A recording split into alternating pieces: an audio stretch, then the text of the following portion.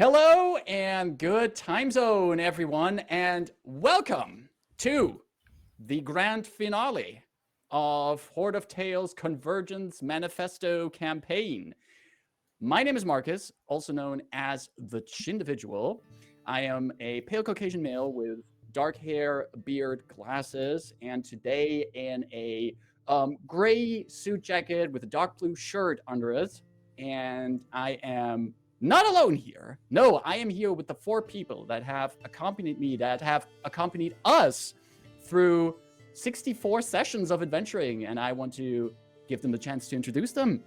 Going around the table, as we've done since 64 sessions. Serial.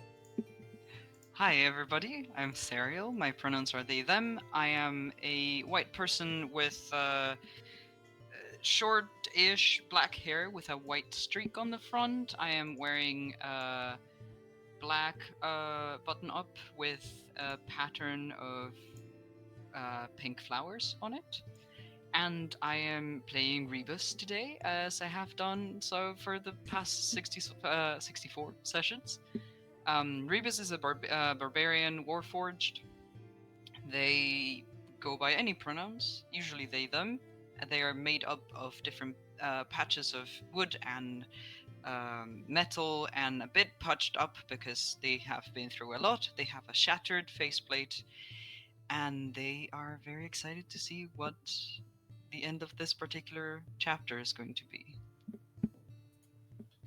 Thank you for being here. Ida, hello there. Hello there. My name is Ida. My pronouns are she and her. I'm a Latina woman with tan skin, dark eyes, dark hair. I'm wearing a red sleeveless top with this shiny embellishment on the collar. And I will be playing, as I have been for the last 64 sessions, and to the 65th, Rayn. She is a Triton sorcerer. Her pronouns are she and her. As a Triton, she has aqua green skin, finned ears, wears a saffron outfit, and has a mop of seaweed black curly hair. Fantastic. Next up, Austin. Hello, I'm Austin, pronouns he, they. Caucasian bearded person, wavy hair. I've got a nice, tan and brown cardigan with a bunch of different things on it, like beetles and dice, and a Mothman shirt under that. I play Dythun, who is a Leonin with shiny armor, brown and black fur, and just basically Scar from The Lion King, but with lots of weapons. A well-armed Dythun's pronouns Scar. he, him. Well-armed Scar. Well-armed Scar. And last, but certainly not least, Caro. Yeah, hey, I'm Caro, pronounced she, they. I'm a Caucasian femme with a long turquoise hair. Today in my usual favorite color of black with a pink harness beneath. And I'm going to play Delphine, who has she, they pronouns as well. Is a tanned half-elf. Long, lighter blue wavy hair, tricon hat on her head, and generally rocking that pirate style. It's the last time I'm saying this. Oh, goddammit. Well, you might say that for the last time, but rocking the pirate style will live in our hearts forever, and we shall rock it wherever we are in our life.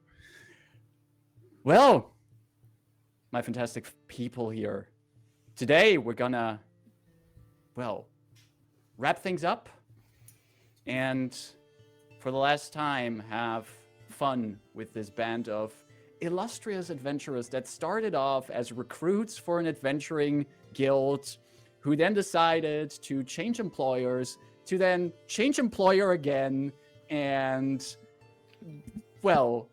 just... Listen, sometimes the conditions are better somewhere else. What can you Absolutely.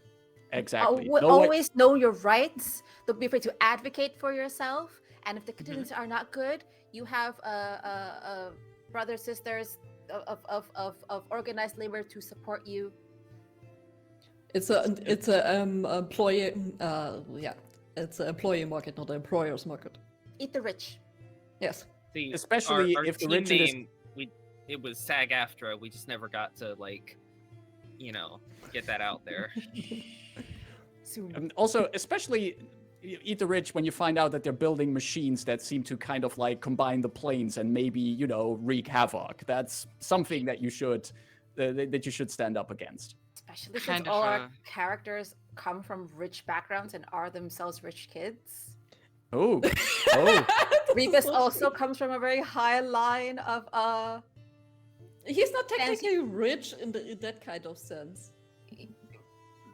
Rebus doesn't own many things, but No. But Rebus, Yes, I I mean, get what you neither mean. does anyone else of us, but True. but Rebus's make is like really up there.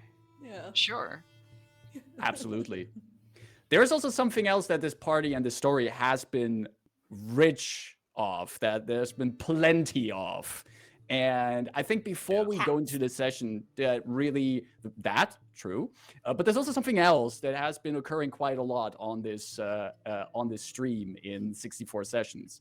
And before Parent we issues? that also, but there's also Never something gets it. else that is very abundant here, and I would like to. It has been compiled in a neat little video, so I would like, if for the players, if you want to see this little video, make sure you have your Twitch open, because I'm going to put it on the overlay here, and viewers at home, you will see it in the bottom left corner as I put it on, so you can also see how our friendos react to it. Just let me briefly turn off the music in Foundry and just enjoy the little show. Let's just enjoy this a little bit. Here we go.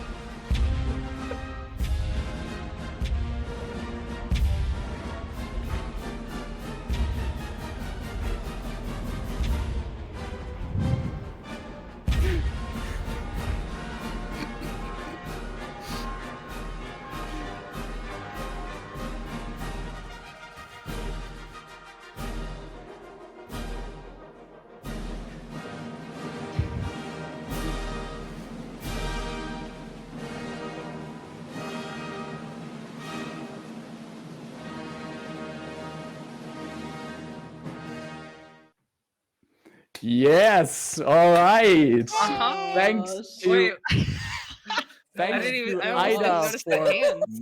making that beautiful compilation, part Oh. 2 of the Facepalm compilation. That was Um, wonderful. That was an amazing collection of memories. We're going to make sure that that video also gets a separate upload, of course, on our YouTube channel. So if you want to check it out later, you can also find it. But thank you very much for the editing, Ida. It was so much fun to go back to everyone's facepalm moments. The undisputed winning champion of all facepalms has been Serial. Listen, I have many feelings about this campaign, and a lot of them could be expressed this way. So, Ah, Honorable mention Caro for her facepalms as well. And a lot of Austin's facepalms always evolved into stretches in the end as well. true And, cat behavior. Most of Marcus's facepalms were in character, and humble brag or not, I'm the one causing most of the facepalms, which is why I'm not always in this conversation. That is true. I feel that on so many levels, and I cannot describe this feelings. Well, you can contemplate that feeling as you watch that video over and over and over. exactly. Well, how about we go and see if we can add a few more facepalms in our final session. But before we head over there, in case you hadn't noticed, you are on the Twitch channel of Horde of Tales, or maybe you're on YouTube watching this later. Maybe you're in the future. Who knows? But you are watching Horde of Tales, and we are on Tuesdays. We do play Dungeons and Dragons on this channel, and we have certain things we do here. If you're wondering why I'm stumbling over my words now because you're watching this in the future, it's because someone redeemed something in the middle of my standard pregame spiel, and now I have to improvise. Didn't know that was off limits. I don't know. Anyhow, as I was saying, we have certain beats to hit here in this pre-spiel, and beats is the word we're looking for. So let me see if I can freestyle this a little bit.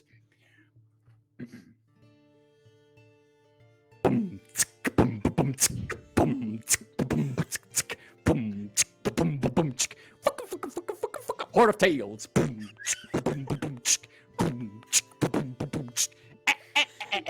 Aperon.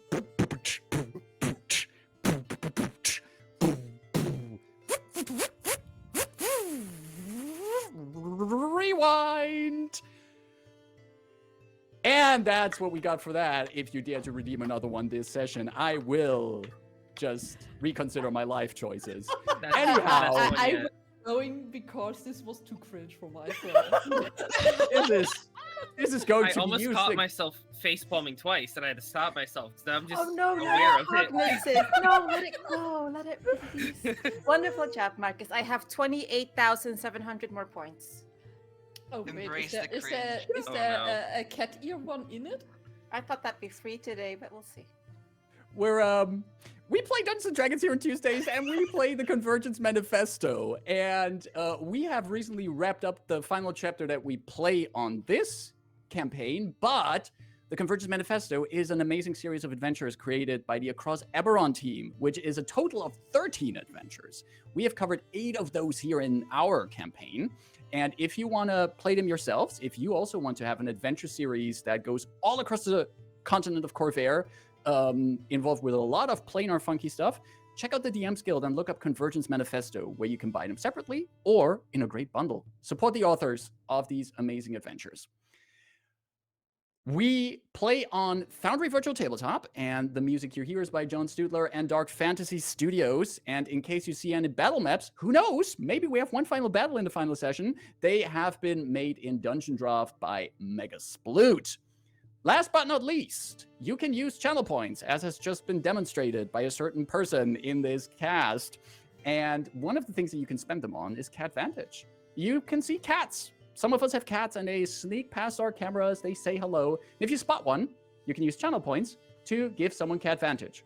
Name the player, including the GM, that you want to give Cat Vantage to, and a cute little kitty cat pops up there. For example, Austin gets a cute little kitty cat right now. And Austin becomes a cute little kitty cat.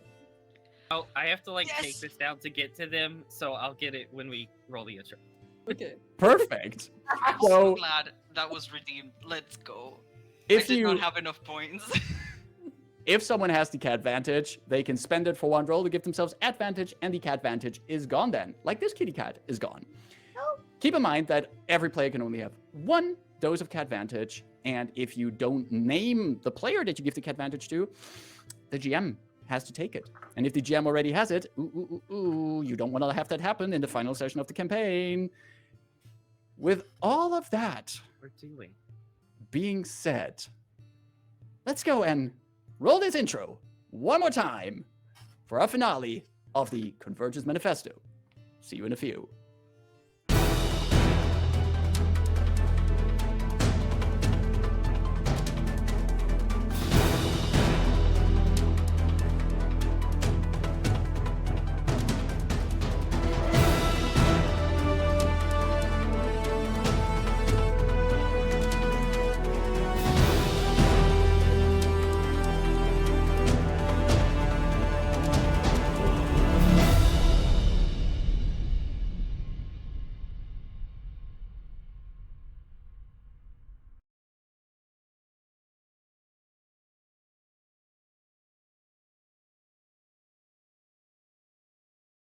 Austin is a kitty cat. Nyan nyan nyan nyan nyan nyan nyan nyan. Meow. Yes. Oh, we're bringing it all Well, out for the sorry. final session today. I am so happy. That it's ending? I see. All right. No, no, Marcus. no. I have it on Discord and screenshotted that the heat made Marcus forget the whole campaign. We have to do it again. Oh, Oh, It is darn. I legally see. binding. Okay, What? so is this chapter 1 then? Like first episode? Are we? We might see some All type of right. familiar scene. Who knows? So we're Yeah. all gathered on top. This time, including Dythun. Exactly. I get to do this one this time. Marcus, what's going on? Tell us before we just take kill. I was just enjoying of not talking this session. Perfect. If we keep Um, delaying it, it doesn't happen. True. Trust me, I'm familiar with this tactic. What I didn't forget was what happened last session. When we last met our adventurers, they contributed to making sure that yet another planar artifact could not fall into the wrong hands. Kept safe inside an ancient temple complex in the Shadow Marches. The Spiral Well, a planar artifact linked to the plane of Zoriat, is once again guarded by a guardian who has been given the life force of one of the companions the party met in their latest adventure. Even though the final battle against both Oriak Akoran, former employer and then rival of the party, and whatever forces the plane of Zoriat could wield against them, was tough and hard, leaving some of a party unconscious, some of them even petrified. The party, still nameless, overcame every challenge. We ended last session with all of you retreating from the temple. Rayn even noticing a peculiar silence in her head. And allowing all yourself a bit of respite. You were in the middle of the Shadow Marches, far away from civilization, but this wasn't your first rodeo. You know how to get out of dangerous places, even if you have to carry one of your party members in a petrified shape through miles and miles of marshy terrain, through swamps and tangled woods before coming to a place of civilization. A place where you can at least find carriage to a larger city, where you can find transport to, say, a lightning rail station that can take you back to Sharn, where, with your connections and your resources, you found someone that could make sure that Delphine was no longer petrified. It has been 2 weeks since you finished your final adventure, and since you've returned to Sharn. And you are once again in a familiar place. The Drunken Dragon, in the heart of the City of Spires. The illusion magic based sign of the dragon relaxing with a tankard of ale in his hand, lingering over the entrance. Patrons milling around you. The sound of some new bard trying out his new set of music in the corner. There's some really strange beatboxing elements in it, and no one should truly hear them. But gathered around the table, you're sitting there, the four of you, reunited here, looking at each other. What do you do, adventurers? I'd like to hear more about this beatboxing person in the corner. Like, Oh, it's is like this there? really, it's this really annoying lame beat that's just droning on in the background. You can easily talk over it. It's just like this.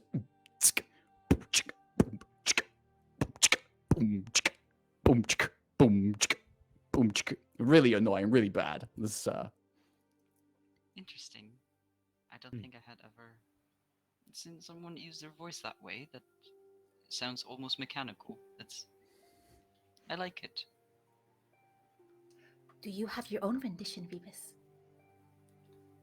Oh, I don't think I'm capable of that. I think you're capable of anything you want to, but maybe here's not the place and time. Flash forward to Rebus practicing alone in a room. Get me boxing down. It's all of Rebus's servos just kind of winding and wearing. Yeah, is the actual gears. Cool. I love that.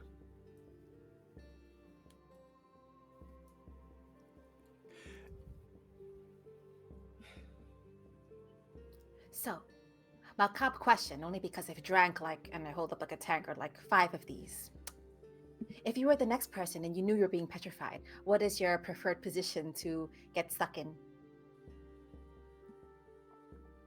Well, probably a protective position so that none of the important bits that make me would randomly be broken or could fall off. So, some sort of small and clutching my knees kind of position. Ah. I think that would be smart. And then your statue could, in theory, be rolled forward. How convenient. Right.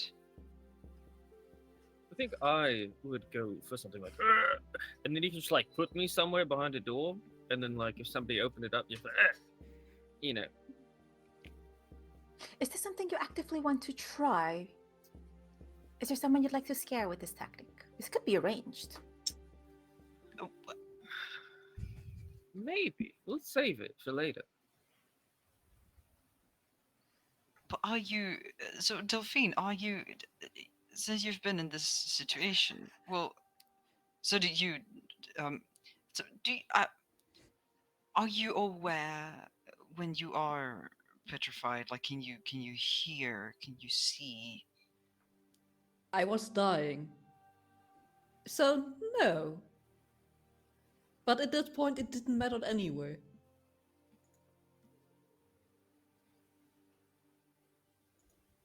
What a fun answer. Well, I think we've all recently learned that death does come, and even after death, it still matters. At least from what I saw from my vantage point, it mattered a lot to you, Delphine.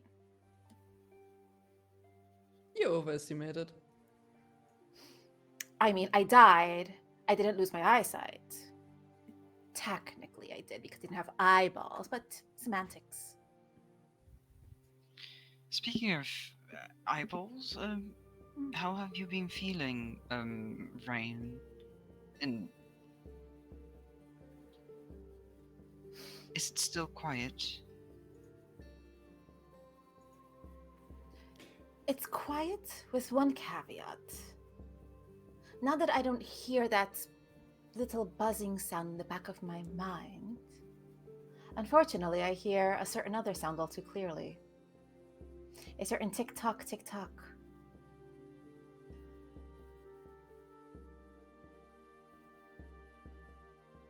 I look a bit self-conscious at my gears, hoping she's not referring to me.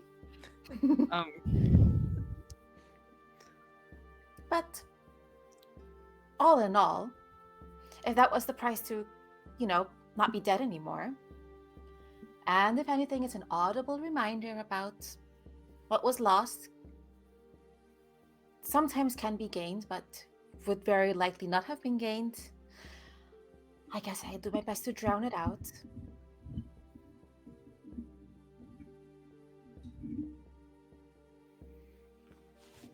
glad you think it was a worthy trade. We, for ones, are happy to have you among us, sir. Oh, that'd be a good position if I were petrified. Maybe T-posing. Dashing. Easy to tie up to, like the back of other carts or mounts. Easy to lose an arm too, but Like mounted on the front of a ship? Like,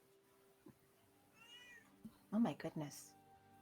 That'd be a whole other set of poses. I need more drinks before we Did someone workshop these did poses. someone say ship and approaching the table in this flowing purple cape, underneath it a beautiful red blouse with all kinds of gold elements woven into it, and his hair neatly cut and styled. You see Darian de Loranda, who approaches the table with a graceful move, and not too far behind him is Scylla, his author companion, who is in a beautiful dress as well, and both of them approach your table. Darian leans with one hand on it, looks at all of you, and he said, I heard that all of you made it back from your latest voyage. I already heard that when we departed the Isles, that you went on that mission of yours for High Prince Ryger, investigating the thing with the terrible thing with the eyes and everything and the voices. And I heard you still didn't recover from your color blindness. He looks down at his outfit. This is the latest fashion in Breland right now, and I'm just adjusting to where I am. I'm glad to catch you here. Scylla and I, we are just traveling through, and I heard that you were back in town, and I just wanted to make sure that all of you are well, alive and fine. And here I find you. We're alive talking and about- fine. Also being charmed by the latest trends in musical composition. Would you like to give it a gander? Just repeat what that person in the corner is doing. Try it out. Dorian looks at it Darian just moves his eyes there. He's not moving his head. And you hear this bard in the corner who's been continuing beatboxing. You can only think the only reason the crowd is allowing him to beatbox is because they find it funny what he's trying to do. It doesn't have any kind of musical value. And he's just you're Marcus with the hot takes. and at this point he just goes like wicka wicka wicka wicka boo chick boo chick boo chick boo chick. Darian looks at it. Now you. I don't think so, Miss Rayn.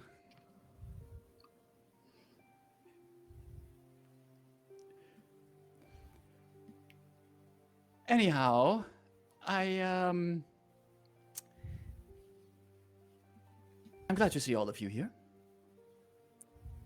I was a little bit worried. It felt like our time together in the High Prince's court was limited, considering the events there. And then you had to take off again for another journey of yours. And, well, you do live in a dangerous profession. Are you planning on looking for more dangerous items? I believe our quest in that matter might be closed for now. It depends. Are you offering us a job here, or are you just small talking? Delphine. While I wouldn't mind that to have more people in my traveling entourage filled with inspiration for Scylla's next novels, I do think that maybe people of your quality and experience might require a bit more payment. To which Scylla steps closer and with a smile So says, it's your broke. What Darian is trying to say indeed is we're a little bit broke at this point. Oh, that's why you're here. Scylla, before Darian can say something, Scylla barges in and says, rest assured, we're not here to ask you for any kind of money or something. It's just that we had a little bit of, and she glances at Darian, a little bit of misjudgment of where to put our resources. Turns out Darian enjoys casinos a bit more than I would have expected. Yes, he does. And I think it's just I just have to wait a little bit to get a little bit more of the revenue from my latest novel. It's selling quite well, from what I've been told. And I'm happy to hear. I was starting to be a bit worried that your books weren't selling well. oh, I have to admit, I was trying writing in a few genres that I usually didn't write in. A little bit of an experimental phase for me, and it didn't work as well as I was hoping to. There was this one critic who actually called one of my books just gauche. Just how dare he? And however, I think I'm returning to the romantic novels, maybe adding a bit of a comedic twist to them, and see where that brings me. Romantic comedy would never work. Well, I have to say it's a daring combination, but I've been talking about it with Darian, and I think I have a good plot outline here for a next book. And in the meantime, shouldn't that work out? I think up 5 romantic plots a day, so I can write new material there easily. Fascinating. Darian is a hopeless romantic in the sense that he is hopeless and romantic, so I believe there's a good well of resource there. And many of his so- endeavors and his thinking processes there themselves are comical. And Darian was just still like he's smiling at the remark that he's such a source of inspiration until that remark from Rayn, and he looks at her. I wouldn't consider myself comical. I am ambitious. That for sure.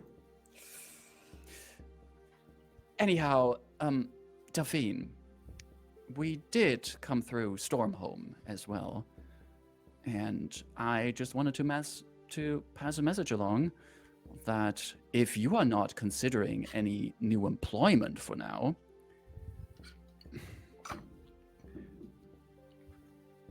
there could be a place for you at the home front. Oh, I see. Many things have changed.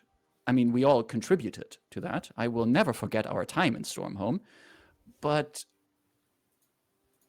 many things have also changed for the better. And You mean less tourists at Stormhome?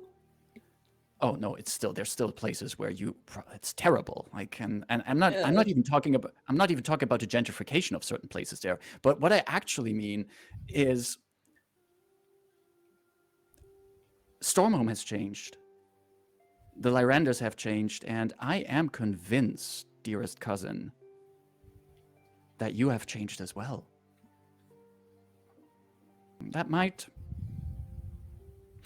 offer you new opportunities.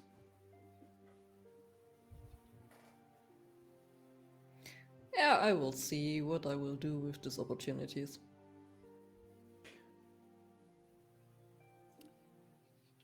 All right. Anyhow,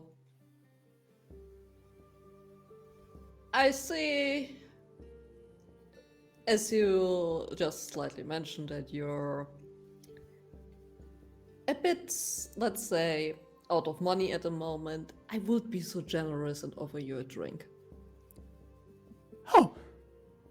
Well, I mean, but Scylla and I can clear some space in our busy schedule, but Scylla's already pulling up chairs for the two of them, and she's already sitting down, and she says, like, I wouldn't say no to some local liquor. And I also wouldn't say no to listening to a few of your stories, for inspiration. Not that I don't take you as most of you aren't that caught up in romantic plots, now are you? I do, however, remember, she looks at Rayn. Have never forgotten our little conversation. Oh, really? And Rain flashes like this golden banded ring that comes with 2 fingers. So I received this token from a prince. And she leans over and she's completely just listening only to Rayn at this point, and just takes it all in, while Darian also joins the table and the banter continues with an extra Lyranda at the table. While all of you are sitting here and the beatboxing still continues in the background, as I mentioned earlier, there have been about 2 weeks that passed before you came back here together. Is there anything in this past 2 weeks that any of you have done on their own, or maybe in duos or something, that you would like to highlight, that you would like to have a little cutaway to?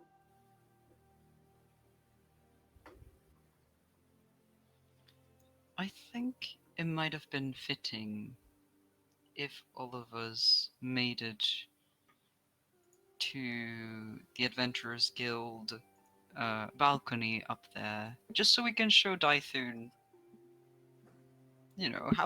finally make him take those first steps, the proper initiation. Do we give him a favor token or not? The feather token? Rain would have absolutely gone and bought tokens in advance. And she would have, even though it looks like she just casually tossed down some coins to pick up feather tokens, because this is Sharn, these are very common things. She acts like she's not bothered, but she turns aside and she absolutely checks each one. Double checking every feather token that you buy. Mm-hmm. I would say that this kind of scene basically comes out of the party telling Darian and Scylla about what you've been up to recently, and we have this flashback indeed to a place in Sharn, further up in the spires, exactly actually the same balcony-like area that most of the party were there in their little initiation rite.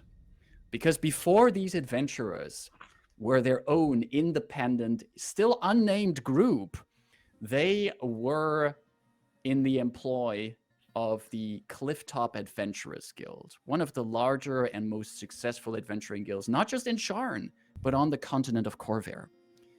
And as part of this initiation, new recruits partake in a game that is called Sharn Chicken, where the point of the game is to give everyone a featherfall token or a feather token, but to then jump off of a very high place, and the winner is whoever activated their token last without crushing on the ground and potentially being unalived, to say it like that.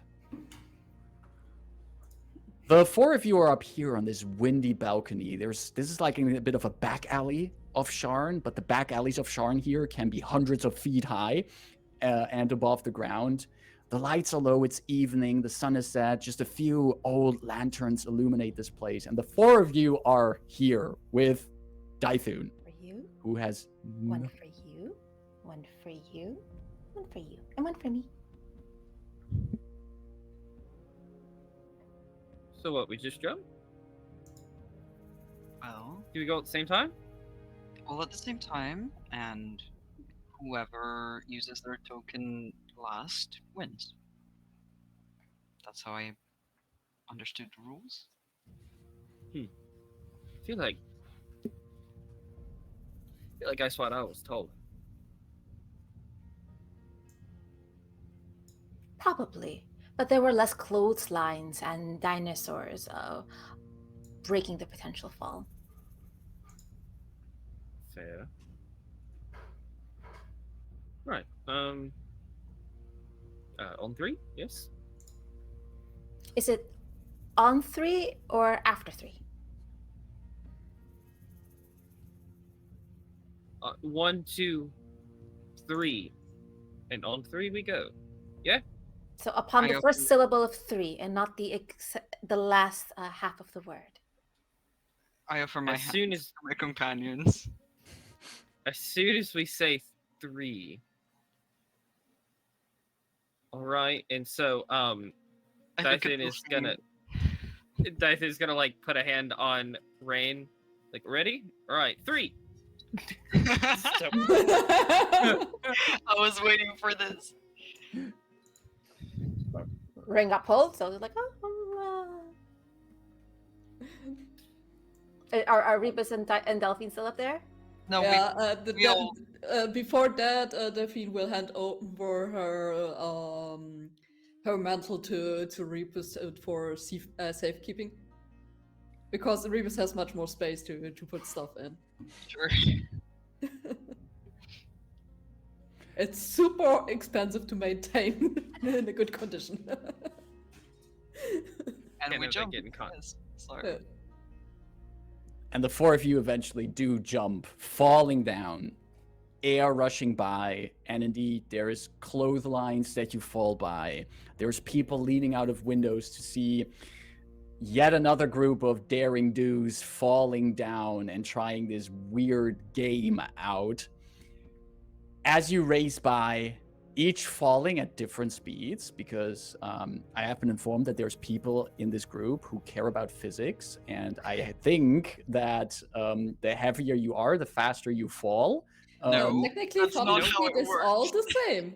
Ah. That is not how it works. Terminal velocity is terminal velocity. Only thing that interferes is air friction. Yeah. But if you And Okay. things that you're falling against. Yeah, if you were to drop a feather and a steel dagger in vacuum, they would fall at the same time, and they would reach the ground at the same time. Okay. Thank you for correcting me there. As everyone is falling, and Rayn and Dythun were falling like, at the same time. Rayn is just kind of falling, like looking like, Oh, one moment, clicks her heels and flies back upwards to where Delphine is, and just tries to like match her her speed to Delphine's falling. Is like, do you have a minute? To Delphine. Good timing. Sorry. How long is this? Oh yeah, okay. She will cast levitate. Forget about falling. So I Oh, grab like okay, sort of for that Delphine's character. arm. So if she's levitating, she's like sort of held in place, but where I am, as I guess Rebus and Dythun keep going. So the two of you are up in the air. Yeah, you don't need to hold me. I basically just can stay there in place. Well, maybe she wants to hold you. Well, maybe.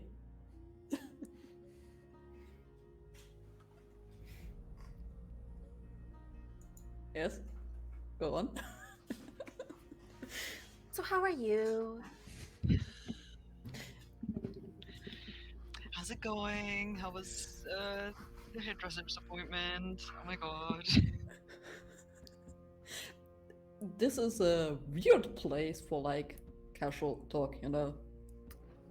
Well, in previous instances where I tried to instigate conversations, we were at the threshold of an ancient sealed complex to an aberrant plane, or I had died and that was uncomfortable for you to talk to my ghosts, or other situations where you kind of mentioned, what's the point? We might die anyway. So I feel that there really isn't a good or bad place might as well be here and now. You're very concerned about the externalities instead of what is before you in the moment. You think so? That's how I see it, at least.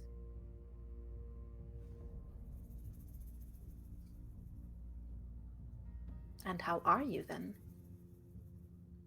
I mean, still alive, I guess. I would put that on the positive side. I absolutely think so, and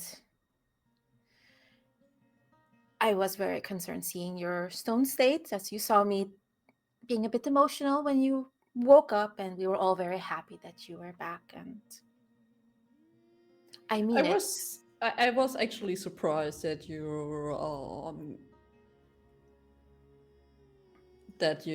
found someone to get me out of the petrification and you didn't put me in some weird garden or anything. Who said that? Why would you think that? No. Who told you? I know you people. Does that bother you?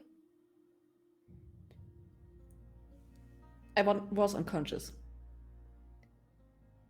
Basically, at this point, I didn't notice anything, so... Nothing was done to your petrified self, darling. You were under the best of care. No one left your side for a minute, lest anything chip off you.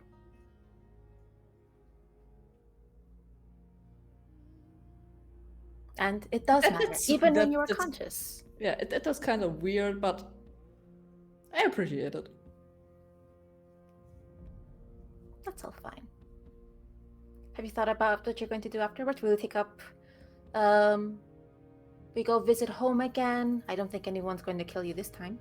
I hope not, at least. Might be a fun trip if they will to try to again. But no, I actually have no plans yet.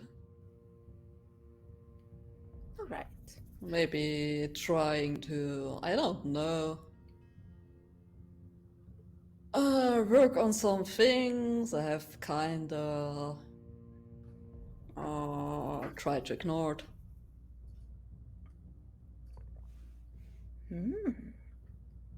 Is there anything I could help you in? I don't think so. What are your plans? All right. I respect that. As for me, now that we've vanquished a mighty evil, one that was a worthy test of our strength and endurance, tradition dictates I have to go home. You want to? I do. That's surprising to hear from you. I know. By go home, I don't mean go home and stay home. There's a bit of a, you go, in my brother's generation, of course, you go to Ice White Isle, you get the biggest trophy you can, and you swim all the way back to the Thunder Sea, and you present your trophy and your accomplishments to your commanding officer.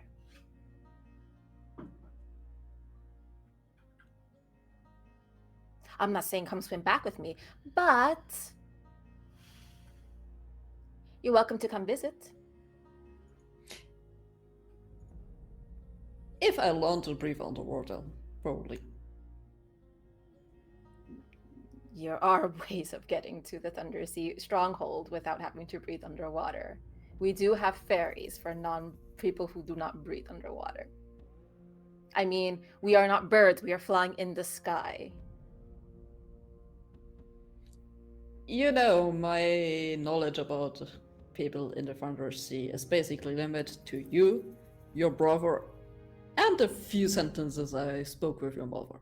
Perfect, you all know each other. So I'll make sure that there's a room waiting for you. I'll see you at the bottom, bye! Gosh, I release my spell and I start flying, and I like aim my body like a torpedo downwards to catch up with the other two. We're probably down there already. So, while this was happening,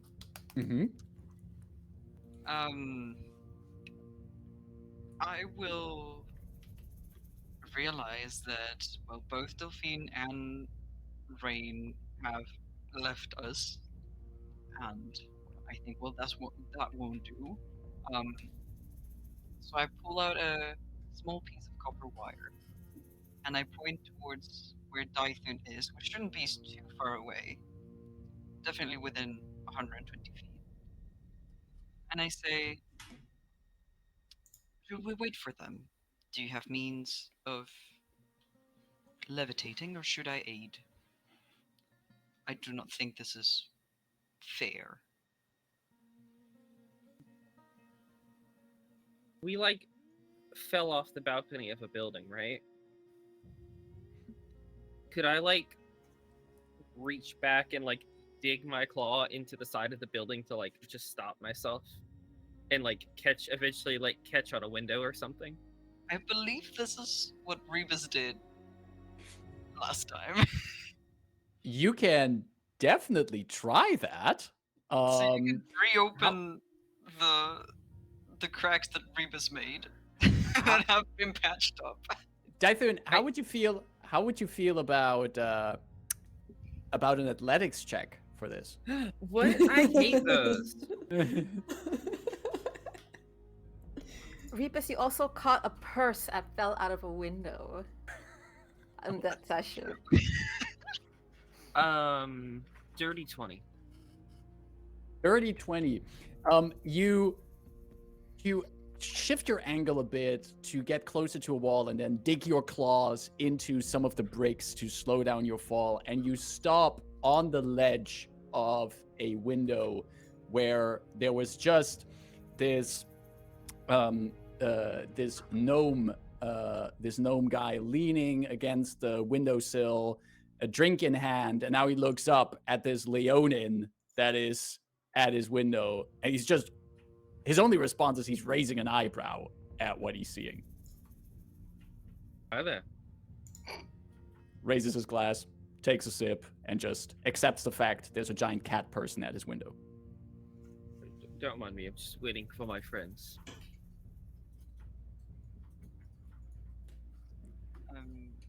If I see this, then I will, and I see that Dythun has taken care of his situation.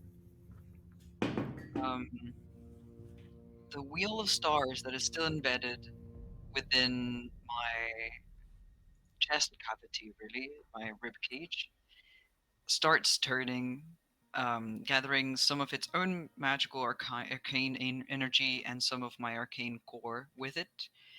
And I just give myself a touch on the forearm, and I cast Fly on myself. Completely in control. Can levitate, and I make my way towards where Dythun is waiting, and just lean onto the air as if on a leaning couch, and look at where Rayn and Delphine are finishing their conversation. I believe there might be a reason why this is done with novices. This could take hours until one of us decides to touch ground or use the feather token.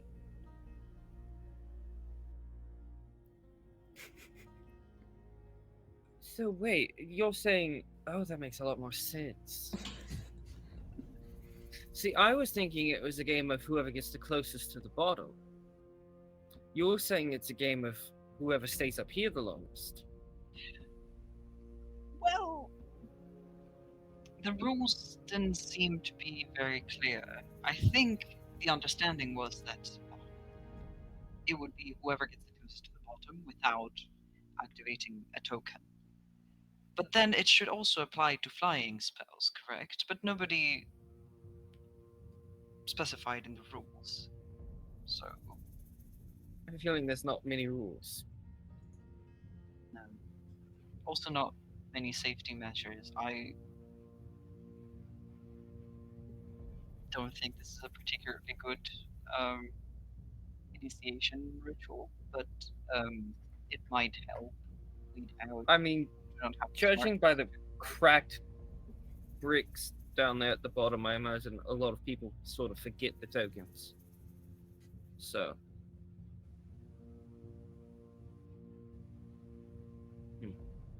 You know, I have been thinking. So while they're having their conversation, I want to have a conversation with you. Oh. What are you doing, like, for the foreseeable future? Oh, right. Well, first I would like to put Aunt Moira in contact with the Warforged Union beneath, because I think they could use her expertise and she could use their input and perhaps build some sort of, you know, repairing unit rather than a new building factory. And hopefully I can also go and aid in ensuring proper working conditions now that with these kinds of adventures and this reckless behavior seems to come a fair amount of fame, and with that fame some power in order to influence the public, which, you know, I think could be spent there, giving voices to those who don't get heard very often. And beyond that,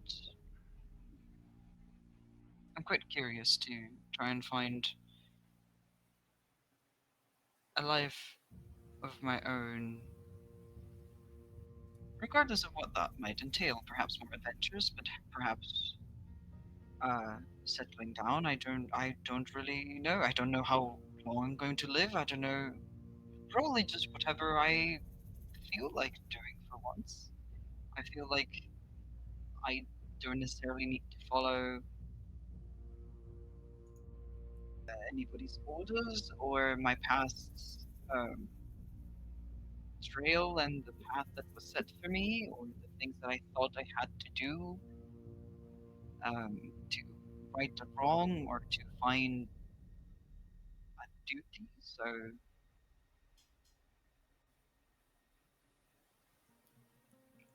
perhaps I'll go back to um, Danvi, see if Duvaktul still needs a hand or two with our mortal affairs. I doubt I'm the best person to be a representation of most people in this plane, but I can offer them some perspective. Why, did you have any suggestions? It's funny you mention that. If you find yourself, well, I have an idea but not a plan. If you find yourself in need of work, you should come visit Drolon, because I feel like I'm going to be spending some time there soon. Quite, yeah. Maybe we could go visit the Harpies again or something. That sounds quite interesting. And something tells me I would miss my sparring partner, so we'll still need to settle some bets. Right. Oh, here comes Rayn.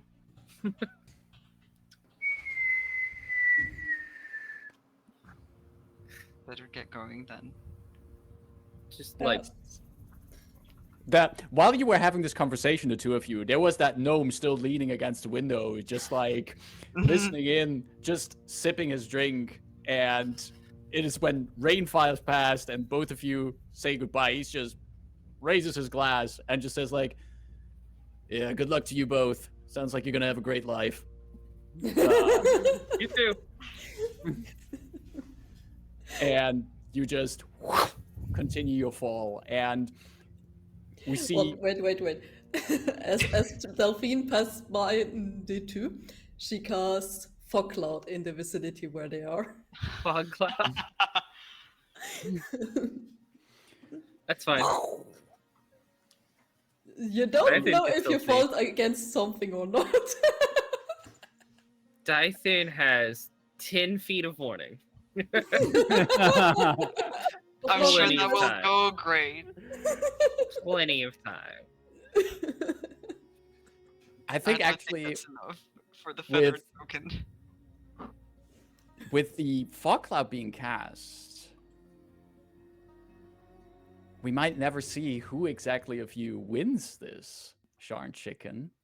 We see the fog cloud being cast, and we use the fog cloud as a scene transition, sliding over back into the Drunken Dragon, where all of this is regaled to Darian and Scylla, who sit at the table.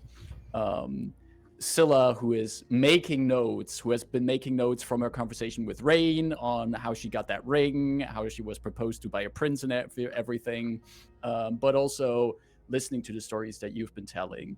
And Darian has been enjoying these stories greatly. And the six of you sit at the table with your drinks and everything. And Darian then says, "So, but what I gather from that story is that at least some of you seem to have plans, but yet you're still here in Sharn."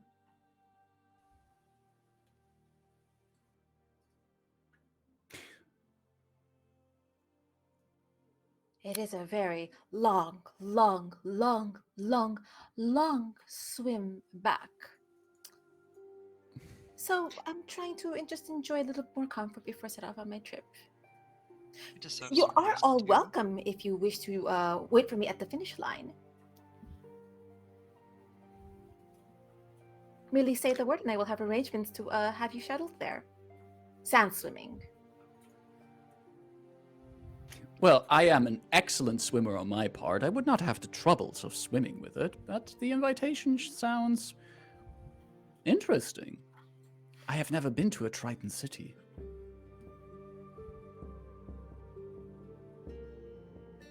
I'm very certain that you can definitely swim over to her place. It's just 100-meter swim. Shouldn't be Look, any trouble for the great Darian. he blows both of you a raspberry.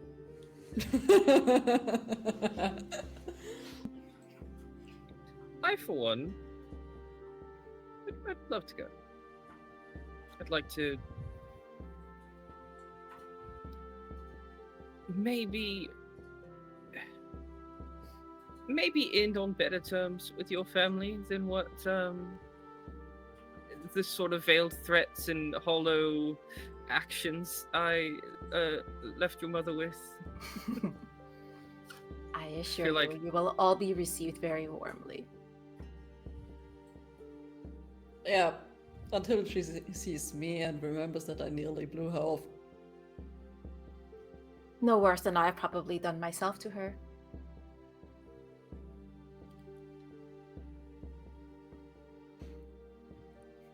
We would be delighted to visit your family. Then I will make arrangements that at the timed end of my journey, you will be shuttled down to our home palace, and you will be received.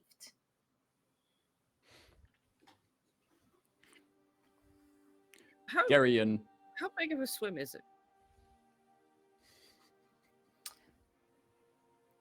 Well, assuming the currents haven't changed since the last time my brother has done it, using no other external sources of magic other than your own body, about 2 weeks of swimming.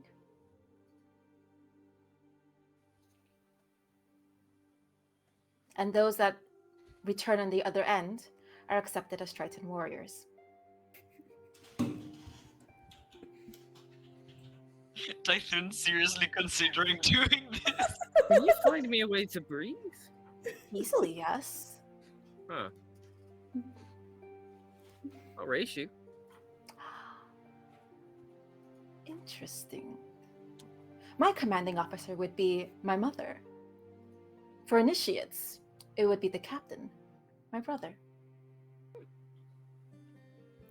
Is this some kind of weird flirting method that you're using, Dythun, to impress her brother? No, actually, I'm legitimately just interested in the practice. I think it would be fun. It might, as much as I don't like water, spending time out, in, on, around, and under the water, it's not as bad as I thought before. And quite Arrangements shall frankly, be made. this seems fun. It's been a long time since I've had to push myself through a trial or something. We'll make sure to follow you on the ship. If anything went wrong. No, the warrior must return alone, without guidance and supervision, Rebus.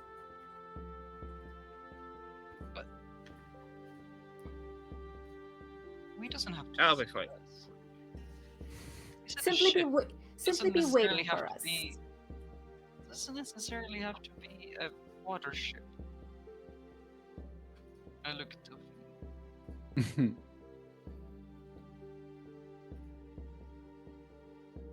Nope, if he wants to do that on his own, he can do that. Who am I to keep him off him and give him, like, any kind of guidance or whatever?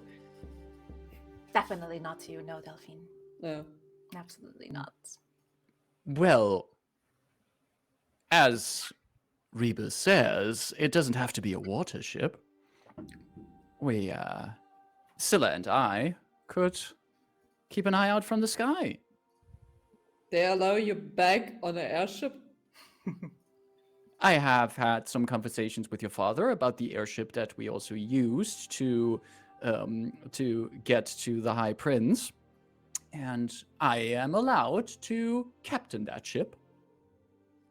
Just don't paint that one red. Be easily spotted out in the sky. That is actually one of the first valid points of criticism I heard about that paint job. But Scylla and I, Scylla and I could be traveling by airship and then make our descent over the waters of the Tritons, and we will gladly join for any kind of festivities there. We'll be in Sharn for a few more days. We'll actually take a room here up at the Drunken Dragon. So if you know any more details about the arrangements, you can find us here. You two together? Yes. I think my question wasn't really answered, but it's okay. Scylla just smiles at it. And the two of them continue their chat and banter with you as you all are seeming to be in agreement that sooner or later all of you will be going to Rayn's hometown. However, we aren't there yet. Preparations for that need to be made, and some of you still might want to make some other preparations before we get there. One thing that we want to do first is take a little break. We're going to take a little break of 10 minutes before we continue this finale of our campaign. Take this chance to stretch your legs, refill your drinks, and join us again in 10 minutes. We'll be back at about 20 past the hour. So see you soon. Toodles. Hi. Hello and welcome back. We're back for the second part of today's final session of the Convergence Manifesto. We have caught the party reminiscing in the Drunken Dragon, talking with one of our favorite NPCs, and also redoing the Sharn Chicken, all set to some beatboxing background music Wonderful of noises. someone in the background How though? I don't Yeah, what's it know. sound like? I have no clue. Might be something along the lines of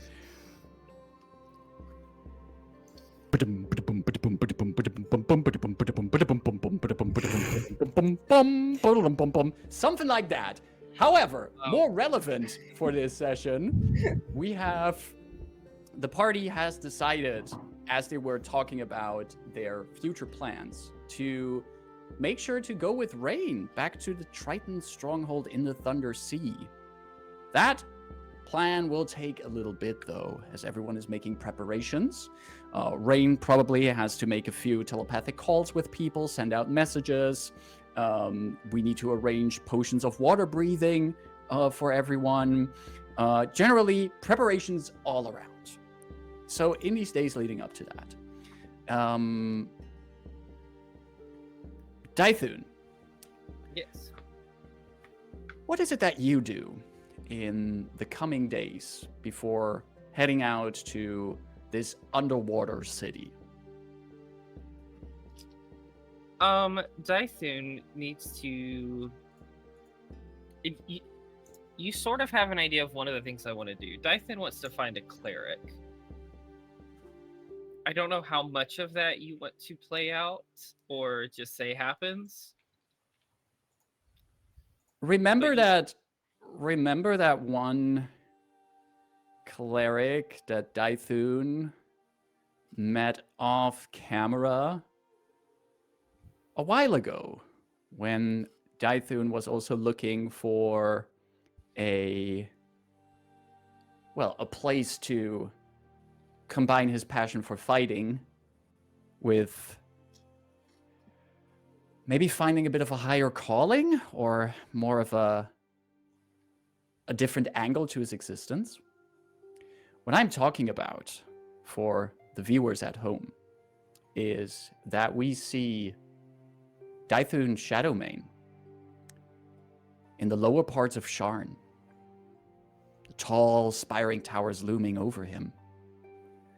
And the sounds of fighting drawing closer. As the Leonin enters into what looks half like a temple and half like a fight club.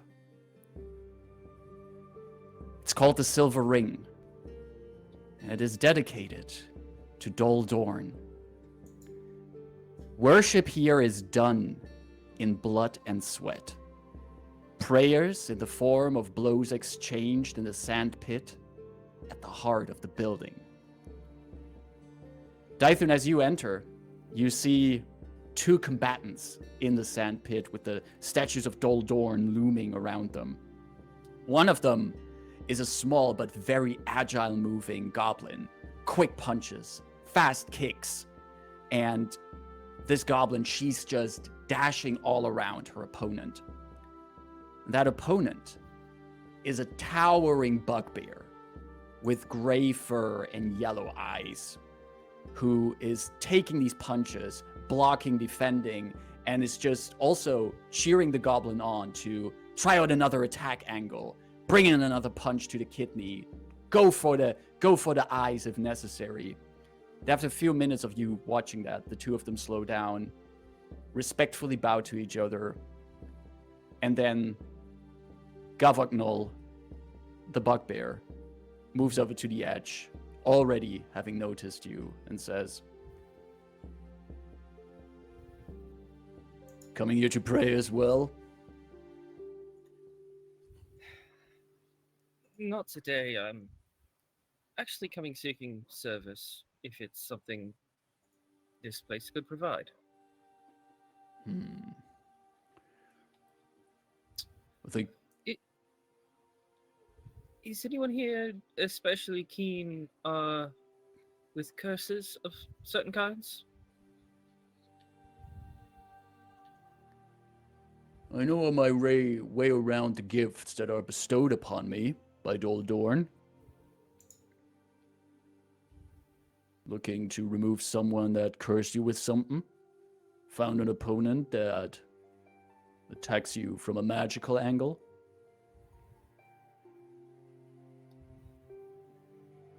No, actually. Something I've willingly stepped into.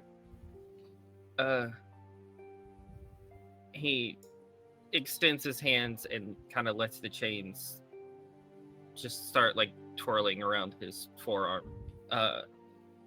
He's in his like normal like civilian clothes, like just like a flowing like red shirt. He's not in his like armor or anything like that. These have a great spirit within them, but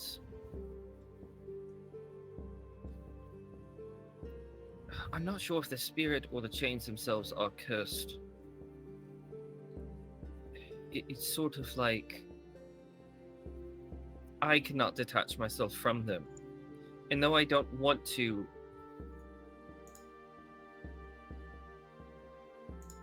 I've got plans. I want opportunity. Govugnol takes parts of the chain that dangle from you.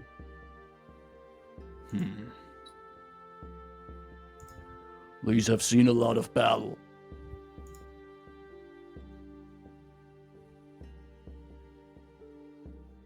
You say there's a spirit inhabiting these. Familiar with Motol? The name sounds Dakani.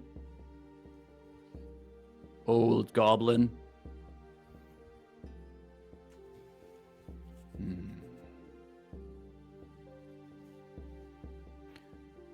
I think any kind of curse on it I would be able to remove, but I'm not sure what would happen with the spirit. And as he says that, you, and only visible to you, the tall hobgoblin form of Mortal stands between you and Govugnol. And he looks at you, and you hear Mortal's voice in your head. You would be willing to remove this curse?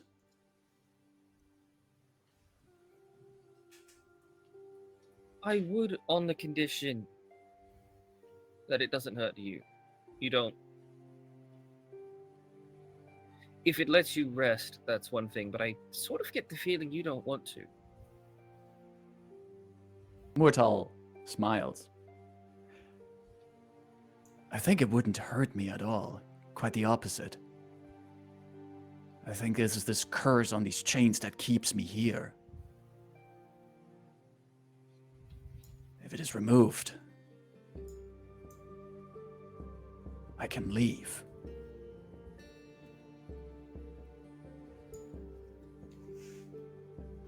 What does that look like for you? Is that something you can come back if you wanted?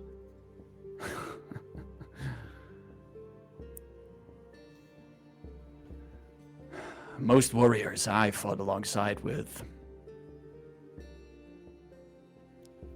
death is the end for them. You don't come back from that. I was forced in this puppetry for hundreds of years. Bound by the whims of some fey creature that attached me to my own weapon because I was foolish to accept a bargain. But then you and your friends found me. You used... He looks at the chains. You used me and the chains for the purpose we were made for. What if that didn't end quite yet?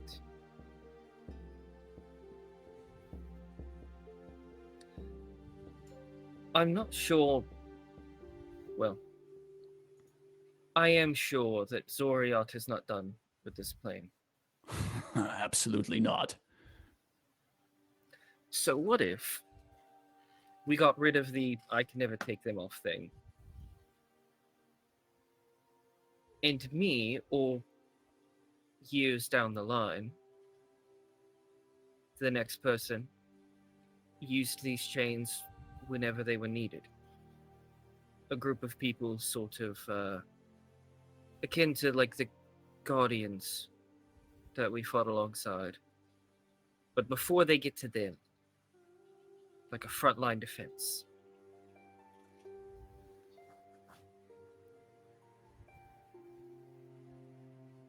I would not just be a weapon to them.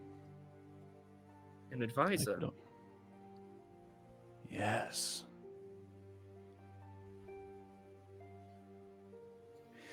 Well, if this bugbear can remove the curse, and you promise you make sure that whoever gets to wield me knows how to properly wield me, I would stick around. Oh, I'm not done with the chains. Long time before that happens. But I will see to it that anyone I work with, I personally train and pick who comes next. Well, then let the cleric do his work. He's already staring at you. And you see Gavagnol has been, like, looking at you, waiting for a response for a while. I think we're good. He seems open to the idea. Very well. And we see Gavagnol grabbing the chains firmly. And just the first starts of his clerical magic start to glow in his hands as he sets to work to relieve Mortal and this object of the Feyborn curse that were put on it. New group of, like, I forget what this is called. Because I want to say sect, but it's not the word. But like new cult of like the Chains of Morthal, where like new school of fighting where Dythun gets to like train young pupils and eventually Truly- pass down the chains. Truly train them in mortal combat.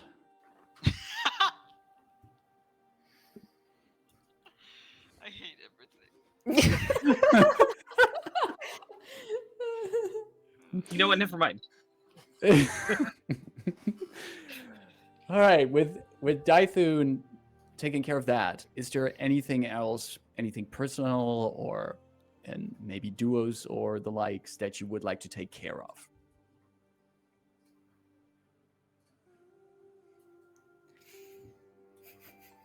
Delphine. Delphine will not join towards the Thunder Sea. It's like she is not the type of saying like goodbyes to people. She doesn't like that. So she will basically before like 1 or 2 days before there is the call to set off, she will just pack up her stuff. Not that there's much to pack. Season And 2, she- Delphine goes to therapy. She just packs up her stuff, and you don't inform anyone about the silent departure. No. Did Delphine have a room somewhere rented, or did she? I think we all rented kind of in the same area. Okay, I mean, it would make sense. gotcha. So you pack up your things. As you mentioned, it's not that you have that many things. Put them in your satchel. Take up your beautiful mantle that you still have. And where is it that Delphine is heading? First she would go to the harbor. Mhm. Basically, standing there like for a while before she throws off the head that she was carrying with her so along into the water. her pirate hat. Yes. All right.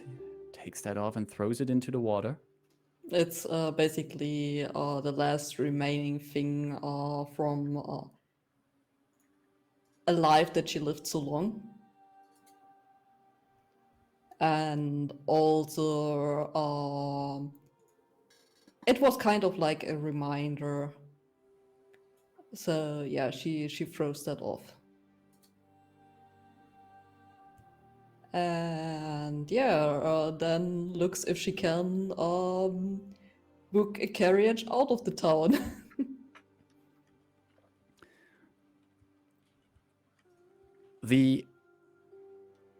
Your tricorn pirate hat floats on the water as you turn your back on it and leave behind the harbor, your hat, your companions, and maybe yet another part of your past.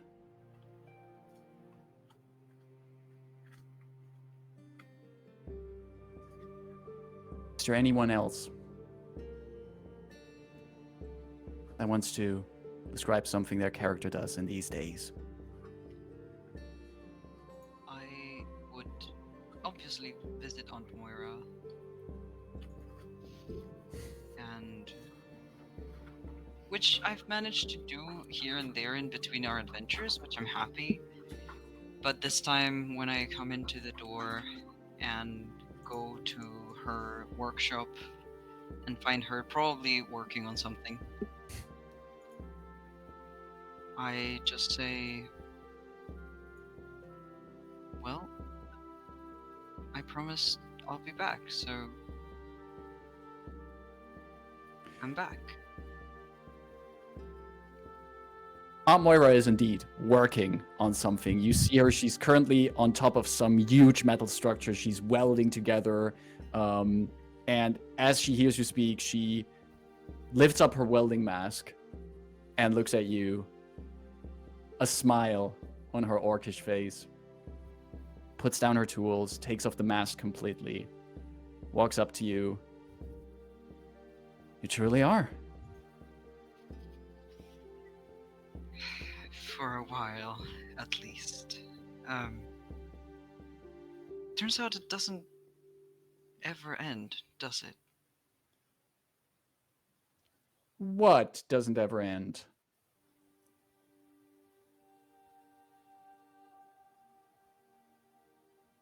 One's story, life, and adventures.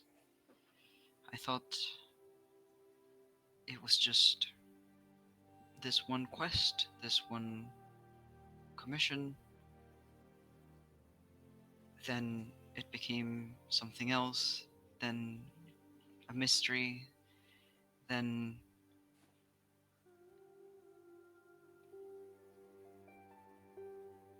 a challenge, and will for protection, a will to do good, and well, there's a chapter that is definitely over. But there are so many more than just opened. And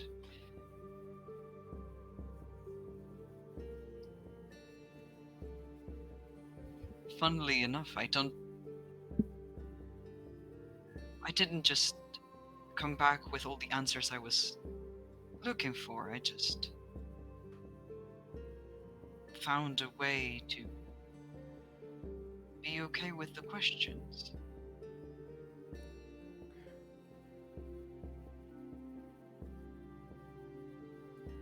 I think this is something I never told you, Rebus, but before I found you, I was considering stopping this entire mechanics business. You know? I was thinking, what the heck am I doing with my life? just trying to sell scrap and telling people that I can fix things and that I can build stuff for them. I was just like feeling like I wasn't getting anywhere. Like the questions I was asking weren't getting their answers. Then I found you. And you came to life. And you started asking your own questions. And now you are back here telling me something I should have learned back then. That it's okay sometimes to live with the question.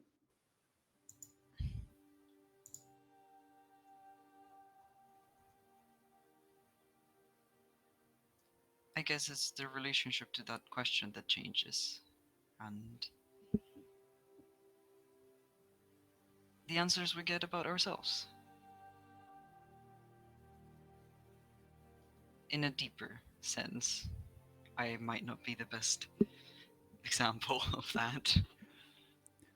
Well, but you say your relationship to the question has changed. I'm hoping for you it changed in a good way. I think so. At least in a way that allows me to move forward and get to explore what the future holds, and not so much what held me from the past. I'm hoping this is not a very roundabout way for you to tell me that this is your last visit to me and that your next chapter is starting to take you somewhere else. Oh, no. Actually, quite the opposite. I was hoping to stay for a while. Not forever, but I think I have some things to do here. With you, if you would be up for it. Well, I don't know. Does Rebus, the continent-traveling adventurer, still know how to hold a screwdriver? Could you still help me with sweeping out back? And would you still... And she leans in a little bit closer. Help me on my newest project? Why, of course. Although you forgot Plane Traveler as well. Plane Traveler, yes. And I pick up a broom from the corner and start taking care of the other side of the workshop. And as you do that, Moira shouts out to you, Rebus, you know that you never have to ask if you can stay here. You'll always have a home here. And I don't care any questions you ask inside these four walls. And whoever you are, you can always be here with me. As long as I can. Right. Anyway, what is the new project? Can I see it? Oh, let me tell you. And at that, we fade away from the scene. Baby Rebus. And Baby Rebus. Cannon. Baby cannon. so, A baby Rebus cannon? Interesting. What?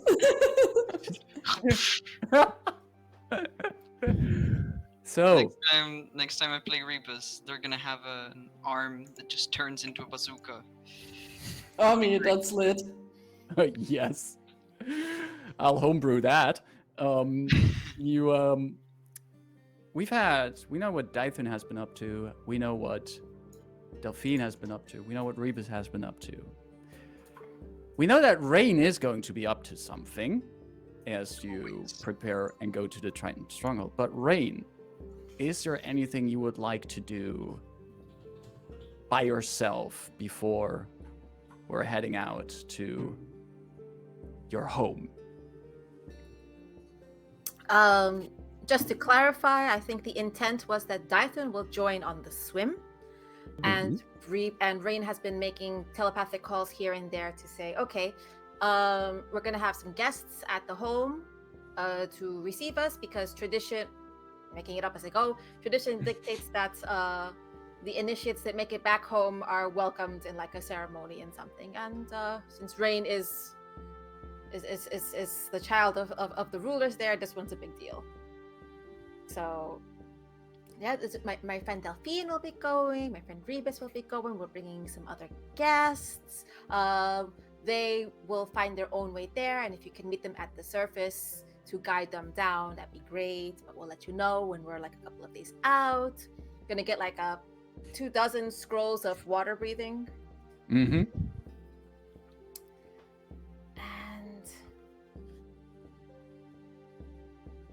on the last 2.5 missions, Rayn had picked up some texts, some books about the plane of Zoriat, which was this mega threat that the Tritons had been facing. This knowledge was kept from Rayn. It was too taboo, too dangerous, nothing can be done about it, just defend. Rayn also got the diamond from the gatekeeper, which has their history on it. So I think Rayn actually takes time to transcribe to both ends. So whatever is in the Triton tome goes into the diamond if you can figure out how to add to it. And whatever was in the diamond goes into the tome. And if there's anyone in the diamond that you can see that is of the gatekeeper's sect that hold back the seals against Zoriat, she would try to reach out to them and explain what has happened. Because she remembers that the guardian they met, Vola's last words were that she would be the last one.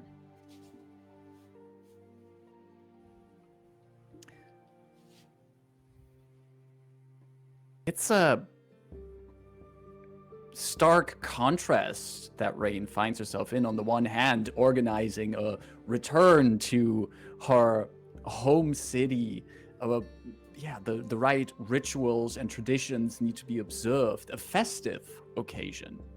But on the other hand, at the transcribing this information about Zoriat, this plane that once in the long distant past of Eberron actually endangered to destroy the world, and the tendrils of this plane that still seep into the material plane.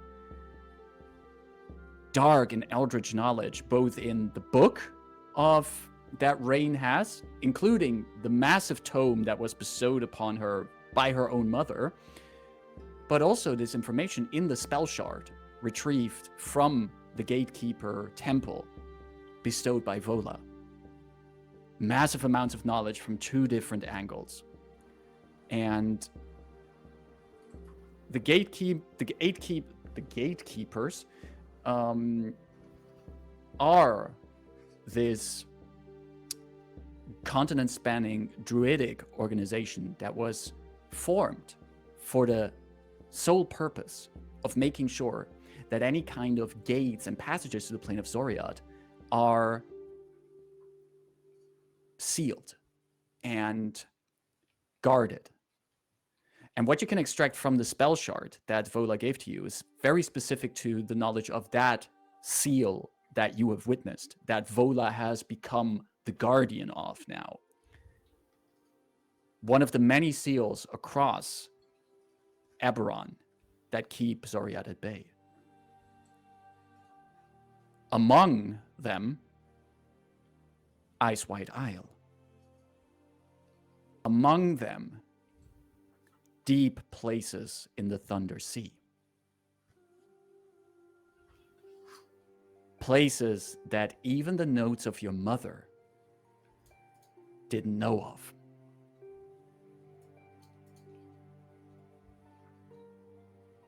This is the information that you can get from the spell shard.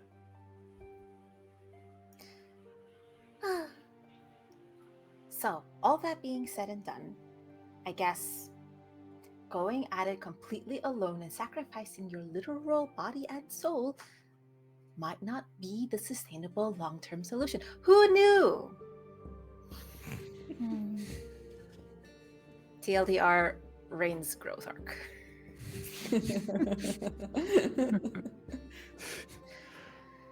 Learned it from watching you.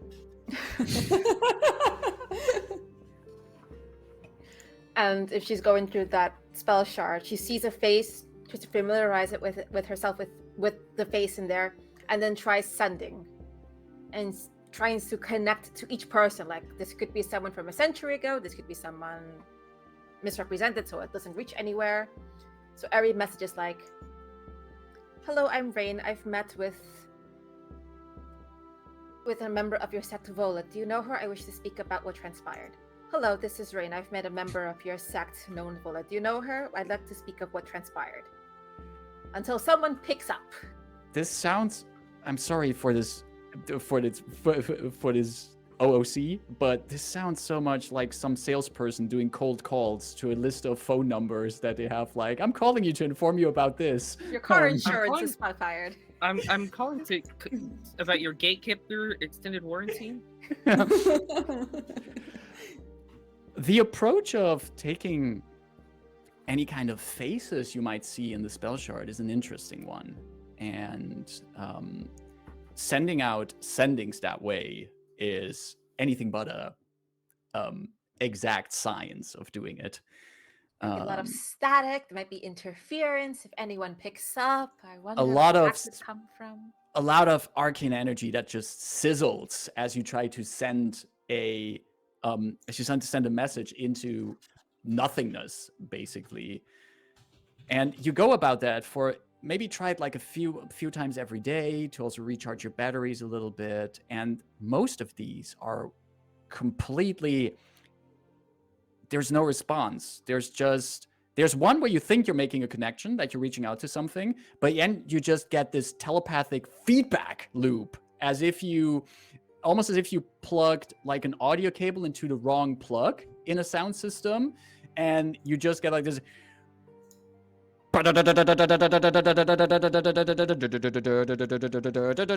And before we get copyright striked here, you get that kind of feedback out of it.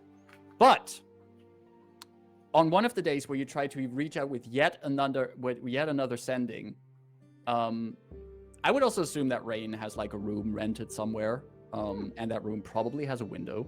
Yes. While you're just sending out another frustrated message that gets nowhere, there is suddenly landing on your windowsill is this small fire red bird that sits there and that looks at you. And then You want a cracker? opens its beak, and this deep voice comes out of the bird going like, "Oh no, I do not require one." I The bird try to hops. push the cracker in towards its beak. Would you? The bird hops in, lands on your floor, and then you see its shape shifting, growing tall, and the red feathers turn into a long red feathered cape that rests over shoulders and flows away all the way down to the bottom. And underneath, dressed in that cape, is an orc man looking at you. You have been trying to reach out. Yes, 46, number 46. Ah, hi. How did you get that? And he gestures at the shard. I'll telepathically lift it up and float it over towards the individual. Takes and just really yanks it out of your telepathic grip, looking startled by the fact you're using telekinesis to do this. I need to tell you about Vola. The apprentice guardian. Shadow marches. The now eternal guardian. So it is true. Seal was disturbed.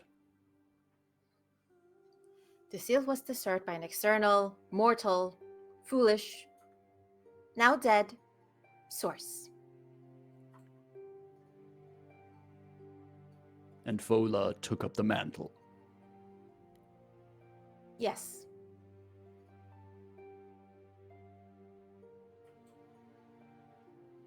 Something I dissuaded her briefly against.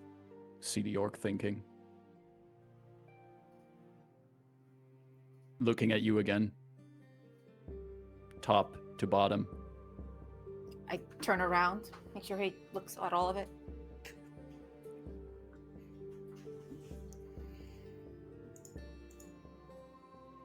You are touched. In the head, yes. Zoriad. Yes.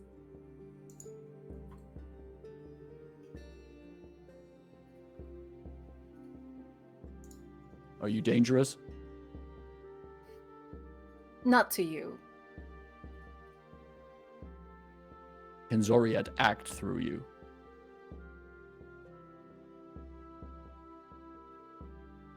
Since Vola did what she did, I don't think so.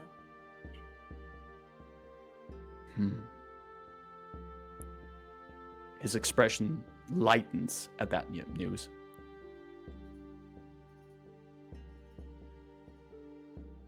But I wish he didn't have to do that. Not for my sake. This is for the sake of our entire world. I would assume someone outside of our order would not understand. You'd be surprised that there are sects of people who understand. And sects of people, much like yours, who have this holier-than-thou attitude that is solely on their own shoulders to defend against. And God, if we can all get you in a room and talk together. He just stares at you. Still the spell shard in his hand. Oh. That's what I recognize you from. You have a bit of a face.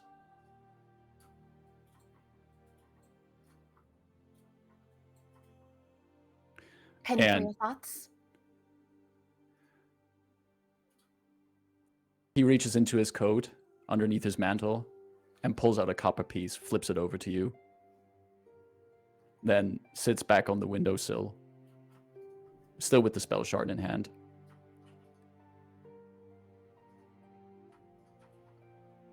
Thank you for the help. And I agree with you. And maybe at this point, other parties want to get into a room together. And then I'm he actually having a little bit of a family shindig. Would you like to come? Maybe I can make some introductions. pulls the robe close and shapeshifts back into the little red bird and just flies away. Telepathic connect is like, I know where to find you now. Last thing the little bird hears and it kind of sort of flutters off. And that bird hasn't flown faster ever in his life. As He's flies never away. getting rid of her ever. Never. And we have the bird flying over, and we actually see, we focus on the red bird flying in the sky, and we then transition over to a sky over an ocean, all the way out over the waters. And over these waters hovers an airship with Darian and Scylla on there. And since Delphine is not joining, if I'm correct, Nope. I'm assuming that would Rebus join on the airship to get to the city? Yeah. Rebus is also up there. I mean, but- anyone would have been invited. Did Harald want to come? Cool. Did Mortal Randers want to come? She's there. Cool. Did the Lazar people want to come? Cool. Like The just High like, Prince is there as well. Tresca want to go. Tresca is there. Stoke is there as well, the leader of the Warforged Union. We have some of the Harpies actually have decided to come along. Cool. They were and all are, invited. So many and- sending spells were sent out. and are actually like they're sitting on the edges of the airship. Some of them just flying circles around it. it's this cool reunion that you have at the end of every TV show. Like we're reviewing all the characters here, but I think there's one person who wanted to swim, and Dythun, Yes. How's that going? how's that swim going down there in the waters? It's Rayn. If only there was a way to see how that went. Yeah, I think in the ancient days, back at the start of it all, someone thought that any kind of athletic acts, like swimming, for example, can be done with a specific skill. Do you happen to possess this skill? I think maybe, are you in athletics, Shaq? Oh, yes, that was it. You spoke the correct arcane word. Roll the athletics. And as well, Rayn, you as well. Ah.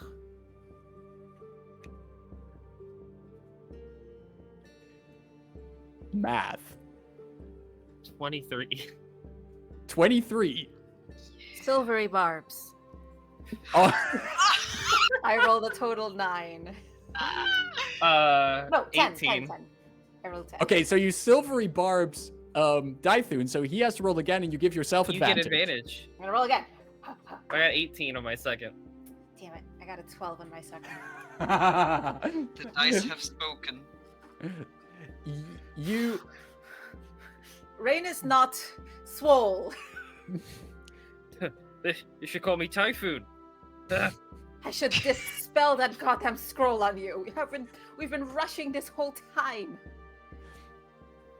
the waves clash against you, but We're Dythun, underwater, I imagine, this whole time. are you actually going under? Oh yeah, because you have water breathing potions and everything. Yeah, you're basically underwater. There's some fish swimming by you.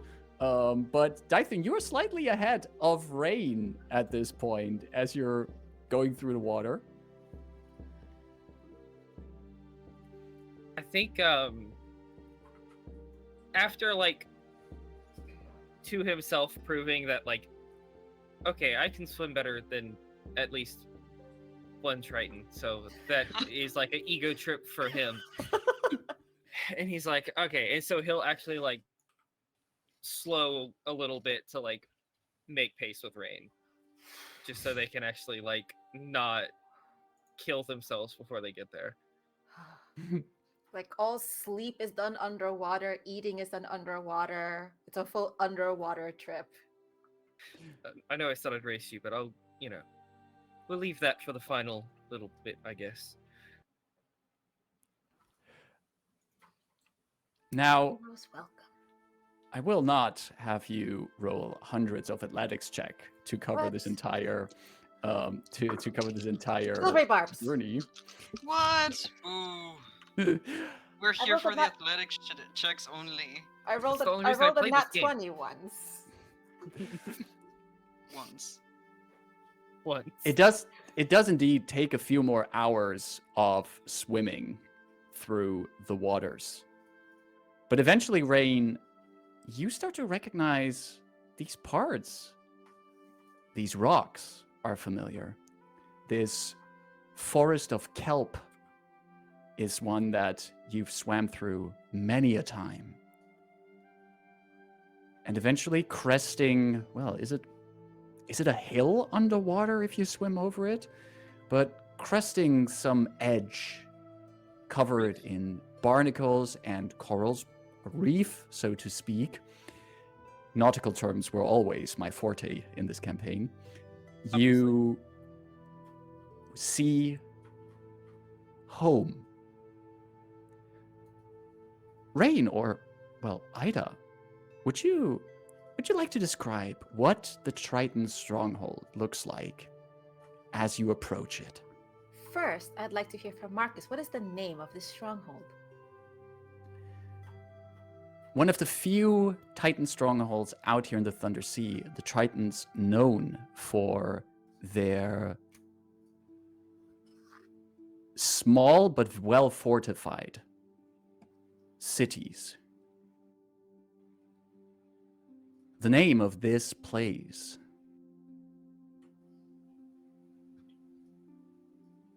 is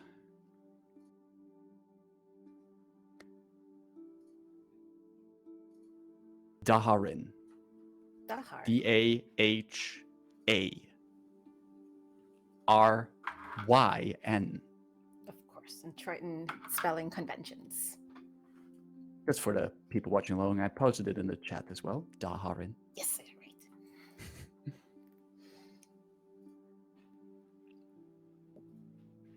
Daharin is a very tightly packed settlement, and if you can imagine, like a squid or an octopus with its tentacles kind of curled around it, this is kind of how various buildings are organized and set, as if they're like on various curls swirling around each other into different districts.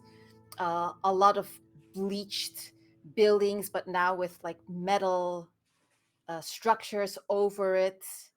This is very much a mixture of old traditional Atlantis kind of feeling, but very much with the technology infused with magic that the world of Eberron, mostly on Corvair, is known for. This is very much a mix of those two.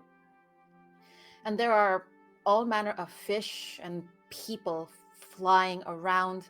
There's also contraptions of people who don't swim as well or are not underwater breathers passing around. There's tritons, there's sahagin, sea elves, water genasi. There's also other races here. There's orcs, there's half elves, there's humans, there's gnomes of all kinds. And sitting in the very center of this sprawling sort of city is indeed this very high, beautifully multi-towered, gleaming castle. The bottom is like beautiful, strong, bone white coral skeletons, and on top these kind of golden spirals going up. And I imagine that as we're now swimming into the Harren proper, Rayn has sent word, like at least 2 days before, that we are 2 days out. We'll see you soon. No, if we're lucky, just we will see you at this time, because that is exactly when they are planned to arrive. I would imagine that the militia is lined up there to meet Rayn and Dythun. I don't know if the militia or many people knew that a non-Triton was swimming back, because the tradition, as I mentioned earlier in the show, is Triton warriors, initiates, go out and train at far-off places like Ice White Isle, places that are cold, places that are difficult, harsh terrain, and they fight something that is greater and stronger than them. And when they defeat that, they take a trophy, come back on their own power, and it is only then that they are welcomed and received as Triton warriors, as part of the militia. So for Rayn, as a noble-born daughter of the leaders of this city, and for someone who chose magic and who chose not to follow any sort of tradition, shunned it, laughed at it, said, "This is boring and not for me," it's a bit of a pride moment of like, oh, not only am I doing this, I actually performed it well, and I deserve it. And I feel happy that this is coming to me. And I actually have something to contribute now as a warrior. And look, I even convinced the cat to swim with me too.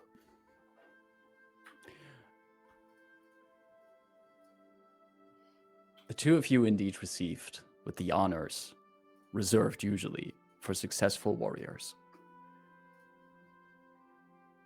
Brought into the palace, where, in the meantime, all the guests who came by airship have already been ferried down into this city as so described by Ida here.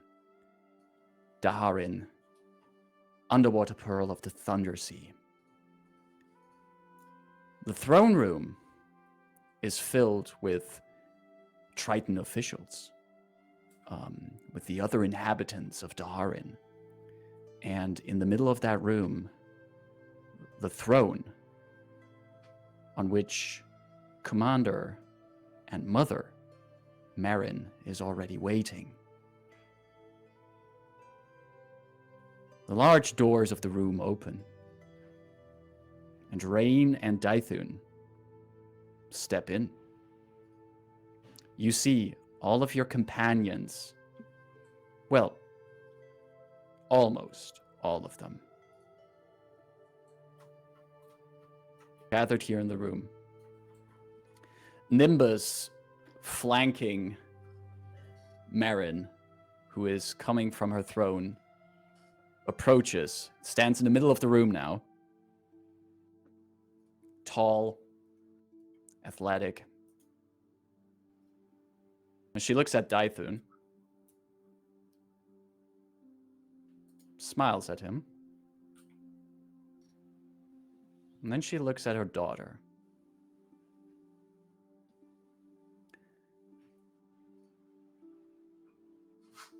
You have known your mother as a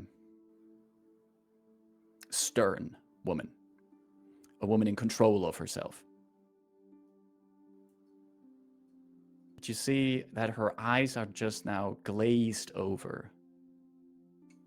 It's just a hint of tears. There's also a smile on her face. She raises her weapon and just speaks in the tongue of the Tritons, in the tongue of the people of Daharin. To the warriors! And everyone in the room raises their cups and their weapons. To the warriors! In a bolstering cheer that echoes in the hall. And Rebus. Nimbus... Rebus. Yeah. Come over here. I make my way kind of awkwardly next to Rayn. Where's Delphine? I thought she'd be with you. I haven't No, seen her. She was never going to assume. I arranged that she would also be here and get ferried down. She wasn't with you at the top. No. Oh, God. This is going to be very awkward. Well, I think it wouldn't be a first for our group. I don't think Miss Delphine is very keen on all of this. Both the recognition and the closing of chapters. But we could always message her. I sort of nod and I look around at what else is being said around us, as I also have, try to get Dythun closed in with us too, the three of us. There's a lot of banter and talk around you at this point. Festivities, there's music being played, and both Nimbus and Marin give you a bit of room for yourself at this point.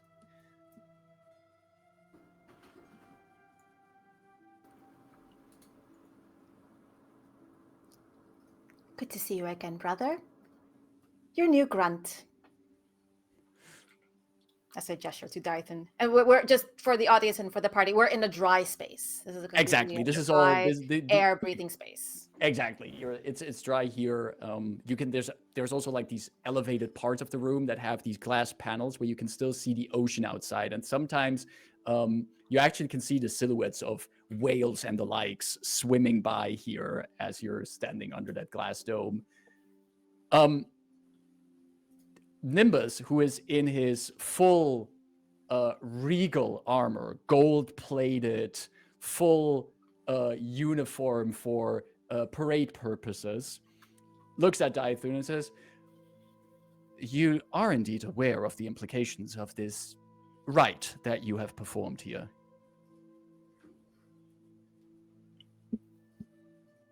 When have I ever been one to follow tradition, though, honestly? Well, if you were one for tradition, you wouldn't have traveled with my sister for that long, I'm sure of that. But since you've probably made sure she hasn't died in these past weeks she's traveled with you, I would allow my new recruit to forsake his post whenever he needs to.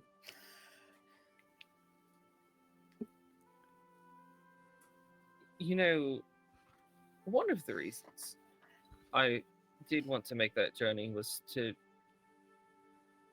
prove this to myself and to you. And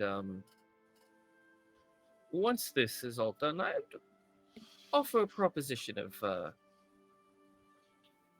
something down the line for working together in more of a traditional sense. I'm curious to hear all about that.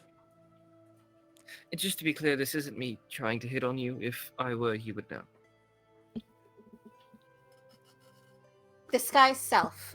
I grow taller. My face gets flatter.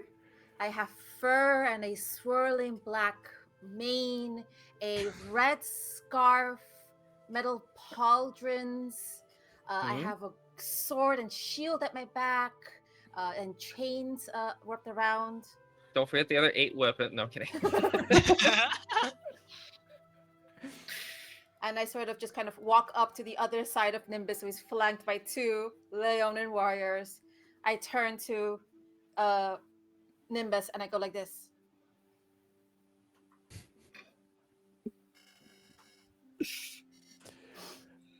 Nimbus blushes.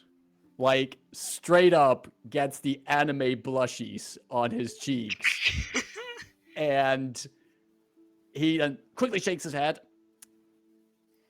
I see you haven't lost your sense of humor. Oh, mother! And your mother approaches at this point. Big kitty. 2 kitties. Hello.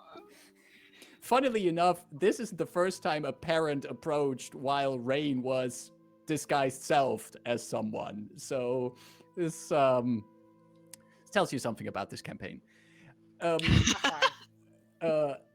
Marin approaches and she looks at all of you.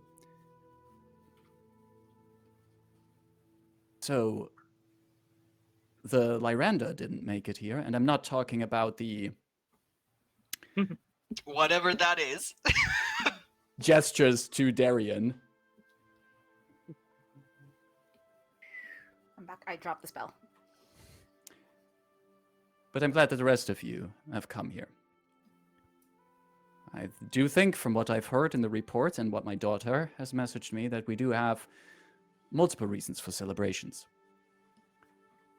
And even though we haven't gotten to know each other that well so far, I understand that you have been contributing with Rayn to indirectly aid my people as well.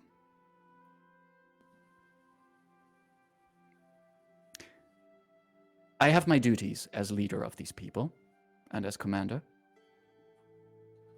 And I apologize if that might make me come across as demanding. But I will guarantee you that during these festivities today, you are guests to the city of Daharin and to the people here. And you should treat yourself.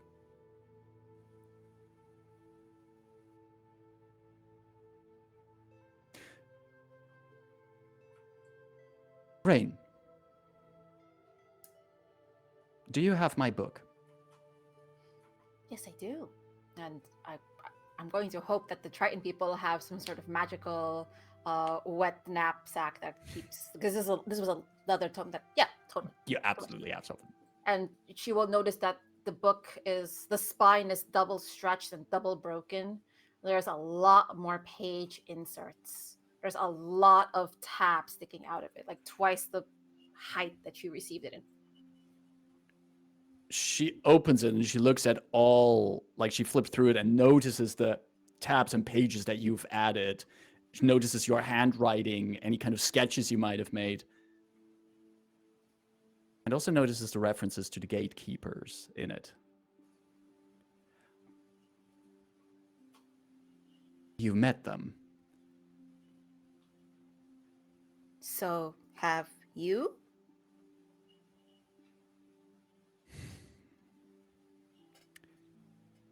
That is a story in itself. And she takes the book, clutches it under her arm.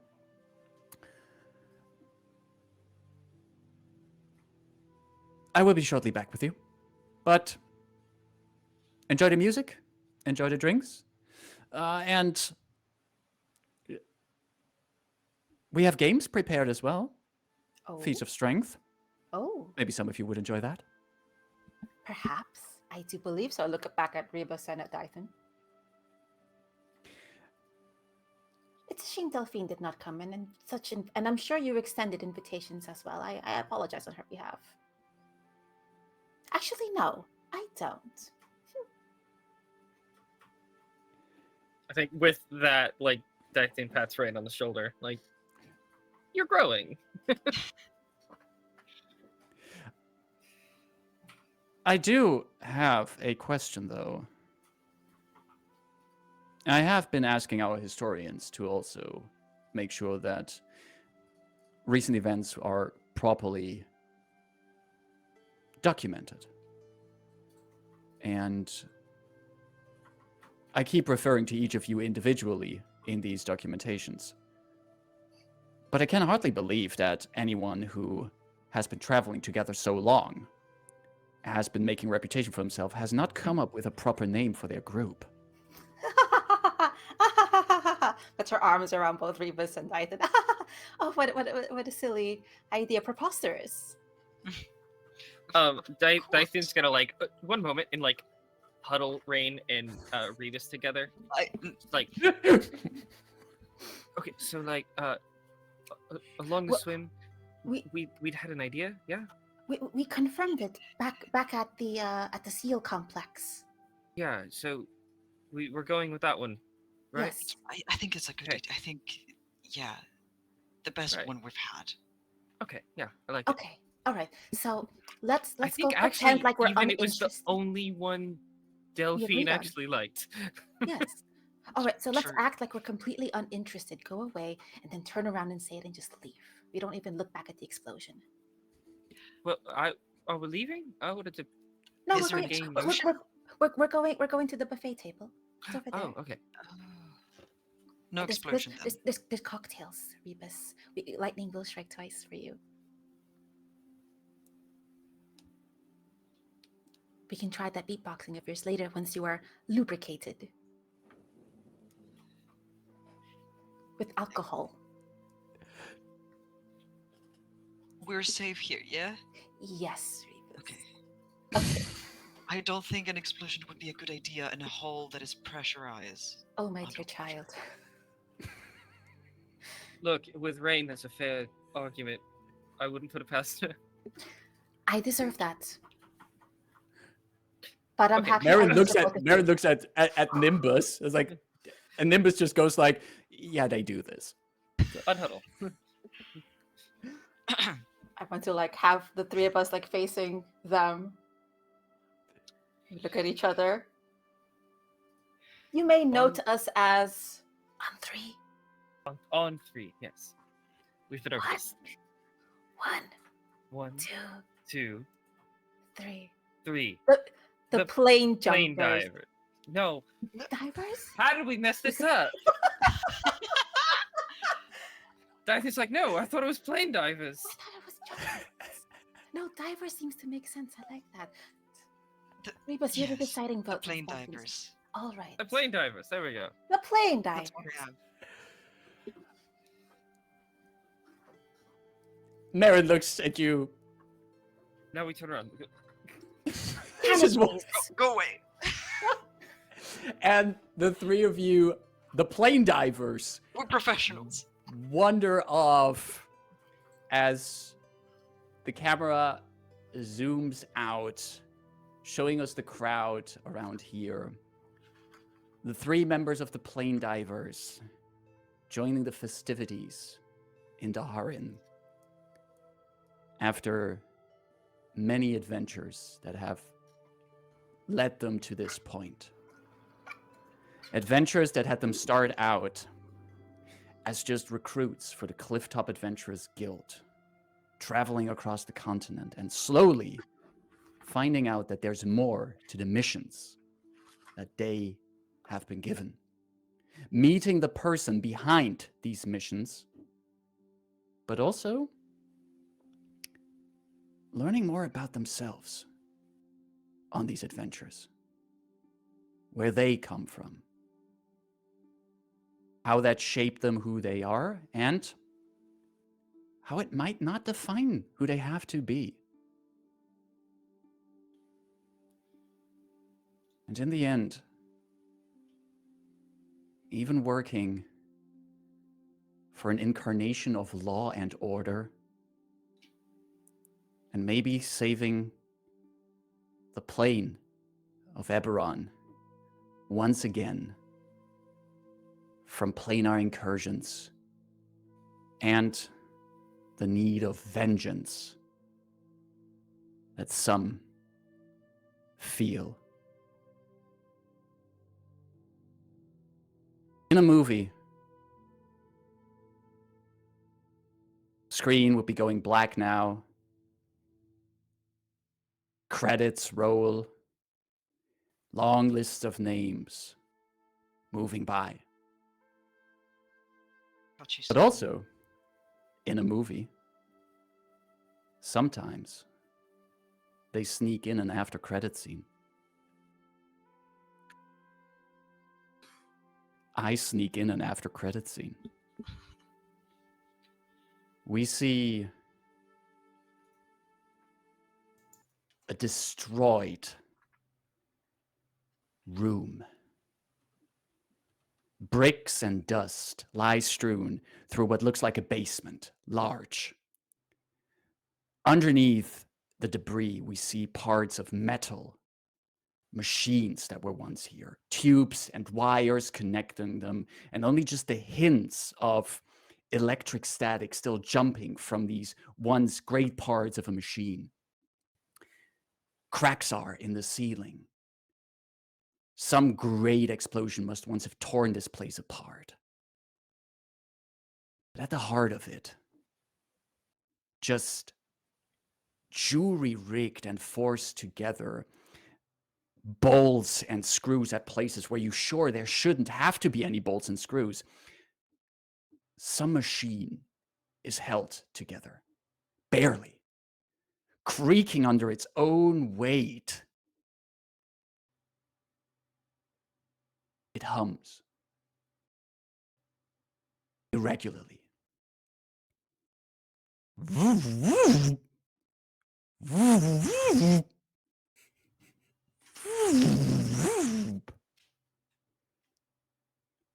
An old man stands next to it, holding what looks like a sending stone in one hand. A sending stone that has been fully spent. Every charge of it to reach out to the other half of it, gone. No one responding to this man. This person still leaving behind something they have begun, but that they could not finish.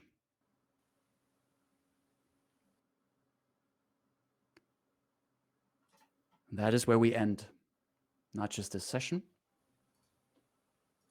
but this entire campaign of the Convergence Manifesto. Oh, Marcus. How dare. How wonderful. How's everyone feeling? Do we get more post-credit scenes? I want to see Dythun and Rebus sparring, and Delphine just enjoying the view from an airship, or just a water ship somewhere at sea. In my mind, Delphine is happy somewhere, and that there might have been like not a post-credit scene, but like, you know how they sometimes also do like scenes in between the credits, like we have those kind of scenes strewn in there. Or she's the background art. Oh yeah, yeah. That will be too Being much for her. inviting Like the vignette. Yeah. her darling to meet her family. You know, Rebus getting a new faceplate in Dunvey because they never fixed it. Yeah. To think that somewhat less than 2 years ago, we started this campaign. And we just got this bunch of people here together to play some 5e adventures on live stream in Eberron. I am so happy and honored that all of you came along for the full ride. That we have 65 sessions with all these crazy adventures and all of your characters developing in such cool ways. I really love every single character in this party. And Oh my god! Marcus, what is this language the Rebus knows? We have to know. Can will we we just know? ever find out? Oh my god, please! Come on, Okay, Rebus, do it, carry or on. I'm going to spam 2 more beatboxes in a row right now. Can I let you in on a little secret, Ariel? I have no clue which language Rebus knows. Marcus! Anytime Rebus asked, did you just like flip a coin of if it was that one? Yes. Not entirely, but I think we had the languages that came by was Undercommon. We had Gnomish. I'm pretty sure we had Orc in there. Goblin was also in there. Goblin was in there. There was, I think, even Deep Speech in there somewhere, which would have been something that Zoriat comes up from. But I did never really. Celestial in Don V, we overheard some Celestial or like reading it or something, right? Reading it, yeah. That was also not in there. So I think I left that open for a point where I thought like that would make sense in the story for Rebus to know that language. But I feel that point never really came there. But Not necessary. so I know Permanently deleted from their core. it's I'm sorry I don't have a definitive answer for you, but I think I left it open as one of those options to leave open to maybe fill in where necessary. Just I'll wingdings. just forever have this little exclamation point on my D&D Beyond sheet that says I need to choose a language. It's fine. Or you knew a language and it just got corrupted when they did Yeah. things. Which does lead me to the fact that I was also very happy that everyone was, with their backgrounds for their characters, so open and willing to also give openings in their background to work with. I mean, y'all have to understand, Sariel basically told me my character lost their memories and you fill in the gaps. And Like, I tend to do that because I really love finding out a story through the DM's perspective and also the DM having just all the tools that they need to put the story. But I also don't want to just be like, I don't want to do a backstory, you do it. But I want to clarify, we did come up with the basic outline of Rebus's like past. Like I Yeah. knew they had been working for a noble family. I knew they were meant to protect somebody in the family. I knew they had been tinkered with and betrayed the family and caused some sort of death, either if it was by assassination or by some other, and that after that happened, that they had been taken back to where they had been built so that the people could retrieve the information that they had essentially been monitoring and recording. So like, we came up with the issue with yeah, Rebus's past, but I didn't know who the people were. I didn't know who had made them. I didn't know any of the details. So. exactly. But Kenneth! But also, all of the other characters had some really great backgrounds to work with and weave into the story as well. So, round of applause for everyone here at the table for running this, coming in here. All of you, amazing job. Thank you so much for that.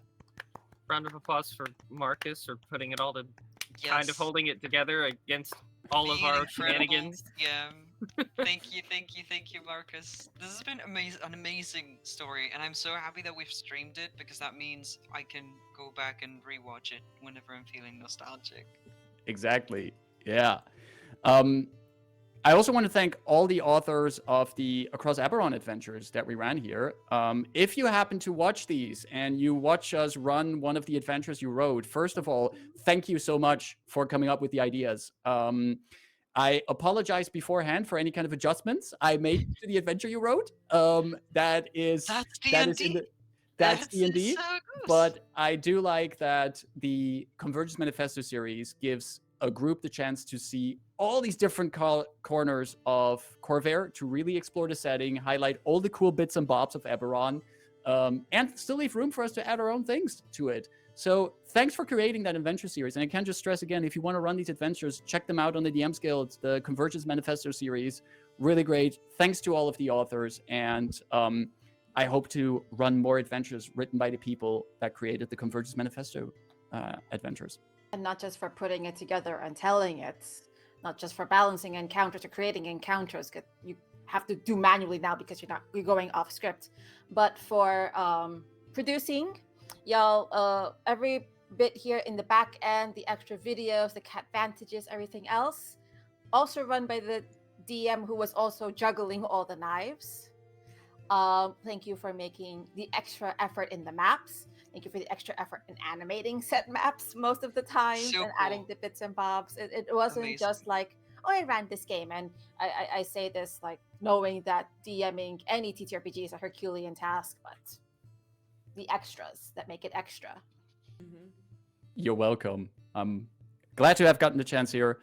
Also, thanks generally to Horde of Tales for letting me run this game here on the channel and being with this channel running regularly for about 2 years. And yeah, thanks to all of you here for joining and coming on this adventure with all of us. And thank you, Sariel and Caro, for bringing our characters to life. Yes. So much it's so much more when you see like a Yes. visual representation of the Mhm. character. That does so much. They're beautiful characters, and I'm glad we always got to see them every single stream.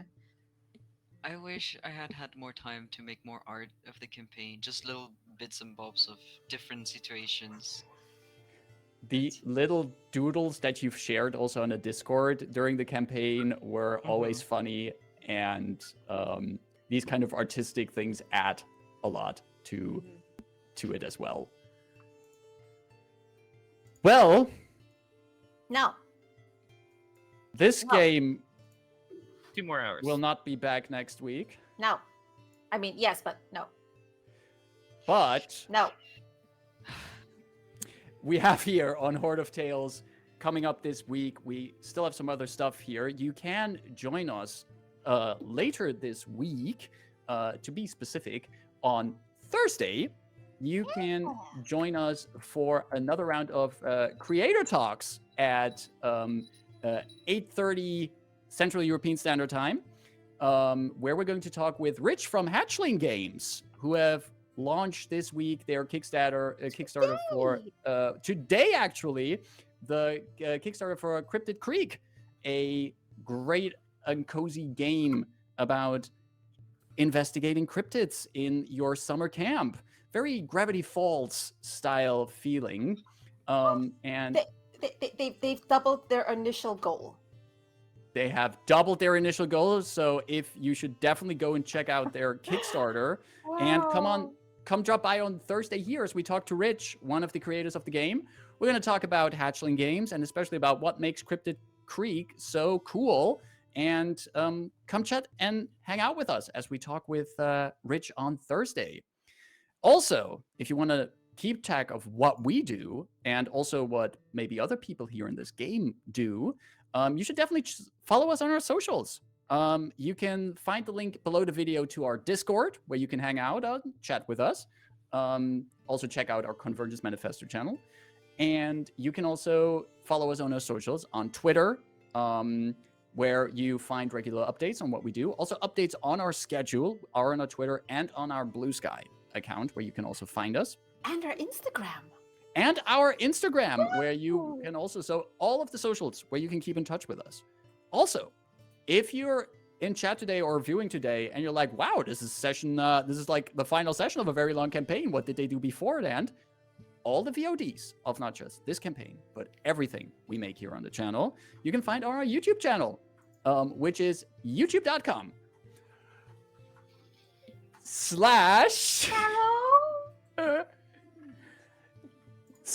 / Horde of Tales, where you find all our VODs. And also, you should follow us there as well, because we also post funny YouTube shorts there with the highlights from our games, where you will also see some very fond memories of ours from this campaign in short format. That's part. Before we head out here, before we say goodbye to this group, is there anything else anyone else has coming up in the coming week they would like to share? Not really, no. The Cryptid Creek Kickstarter that came out, I actually played in a game that was sponsored by Rich and Hatch These Games as part of the Kickstarter campaign. So you will actually find a one-shot shot over 2 sessions, including session 0, run with Girls Run These Worlds with a fantastic kick-ass table, which, if I recall correctly, included GM'd by Darcy, including myself, Gaskinator, Olivia Kennedy, and Mo, the amazing cryptid mother Mothman. So definitely check those out. They are running live now at the Girls Run These Worlds YouTube channel, and also linked to the Cryptid Creek's Kickstarter campaign. I strongly recommend you check out this game, but you will learn more about that on Thursday when Marcus does talk to Rich from that game group. Yeah. Awesome. I don't know about this week, but since we won't be back like next week to talk about things, Yeah. hopefully in the next couple weeks, I may or may not have some YouTube videos coming out soon, which should be fun. Yeah. That's all I've got going. And if someone were inclined to join you and see those YouTube videos, what's the name of your channel we can find that at? It would be Starcrosser, the same spelling and at as down there under my little. I stream. I should know what this is called, like camera setup in the overlay, the box, whatever it's called. For ease I of should have use, better words for this. I've shared the link in the chat, so if you want to keep up and see what Austin is going to post on the YouTube channel, follow Austin over there. That's it. All right then. No. Once more, thanks everyone for dropping No. by here in chat and joining us. Thanks everyone who has watched along for more than 60 sessions. Thanks everyone who has just joined for a few sessions. Thanks everyone who helped us run this game, making it possible. Thanks to everyone at this table here for coming for this adventure, along for the ride. And just thanks, all of you. We love you. Take care. Stay safe. And see you soon. Back on Horde of Tales. Bye-bye. Bye. Bye.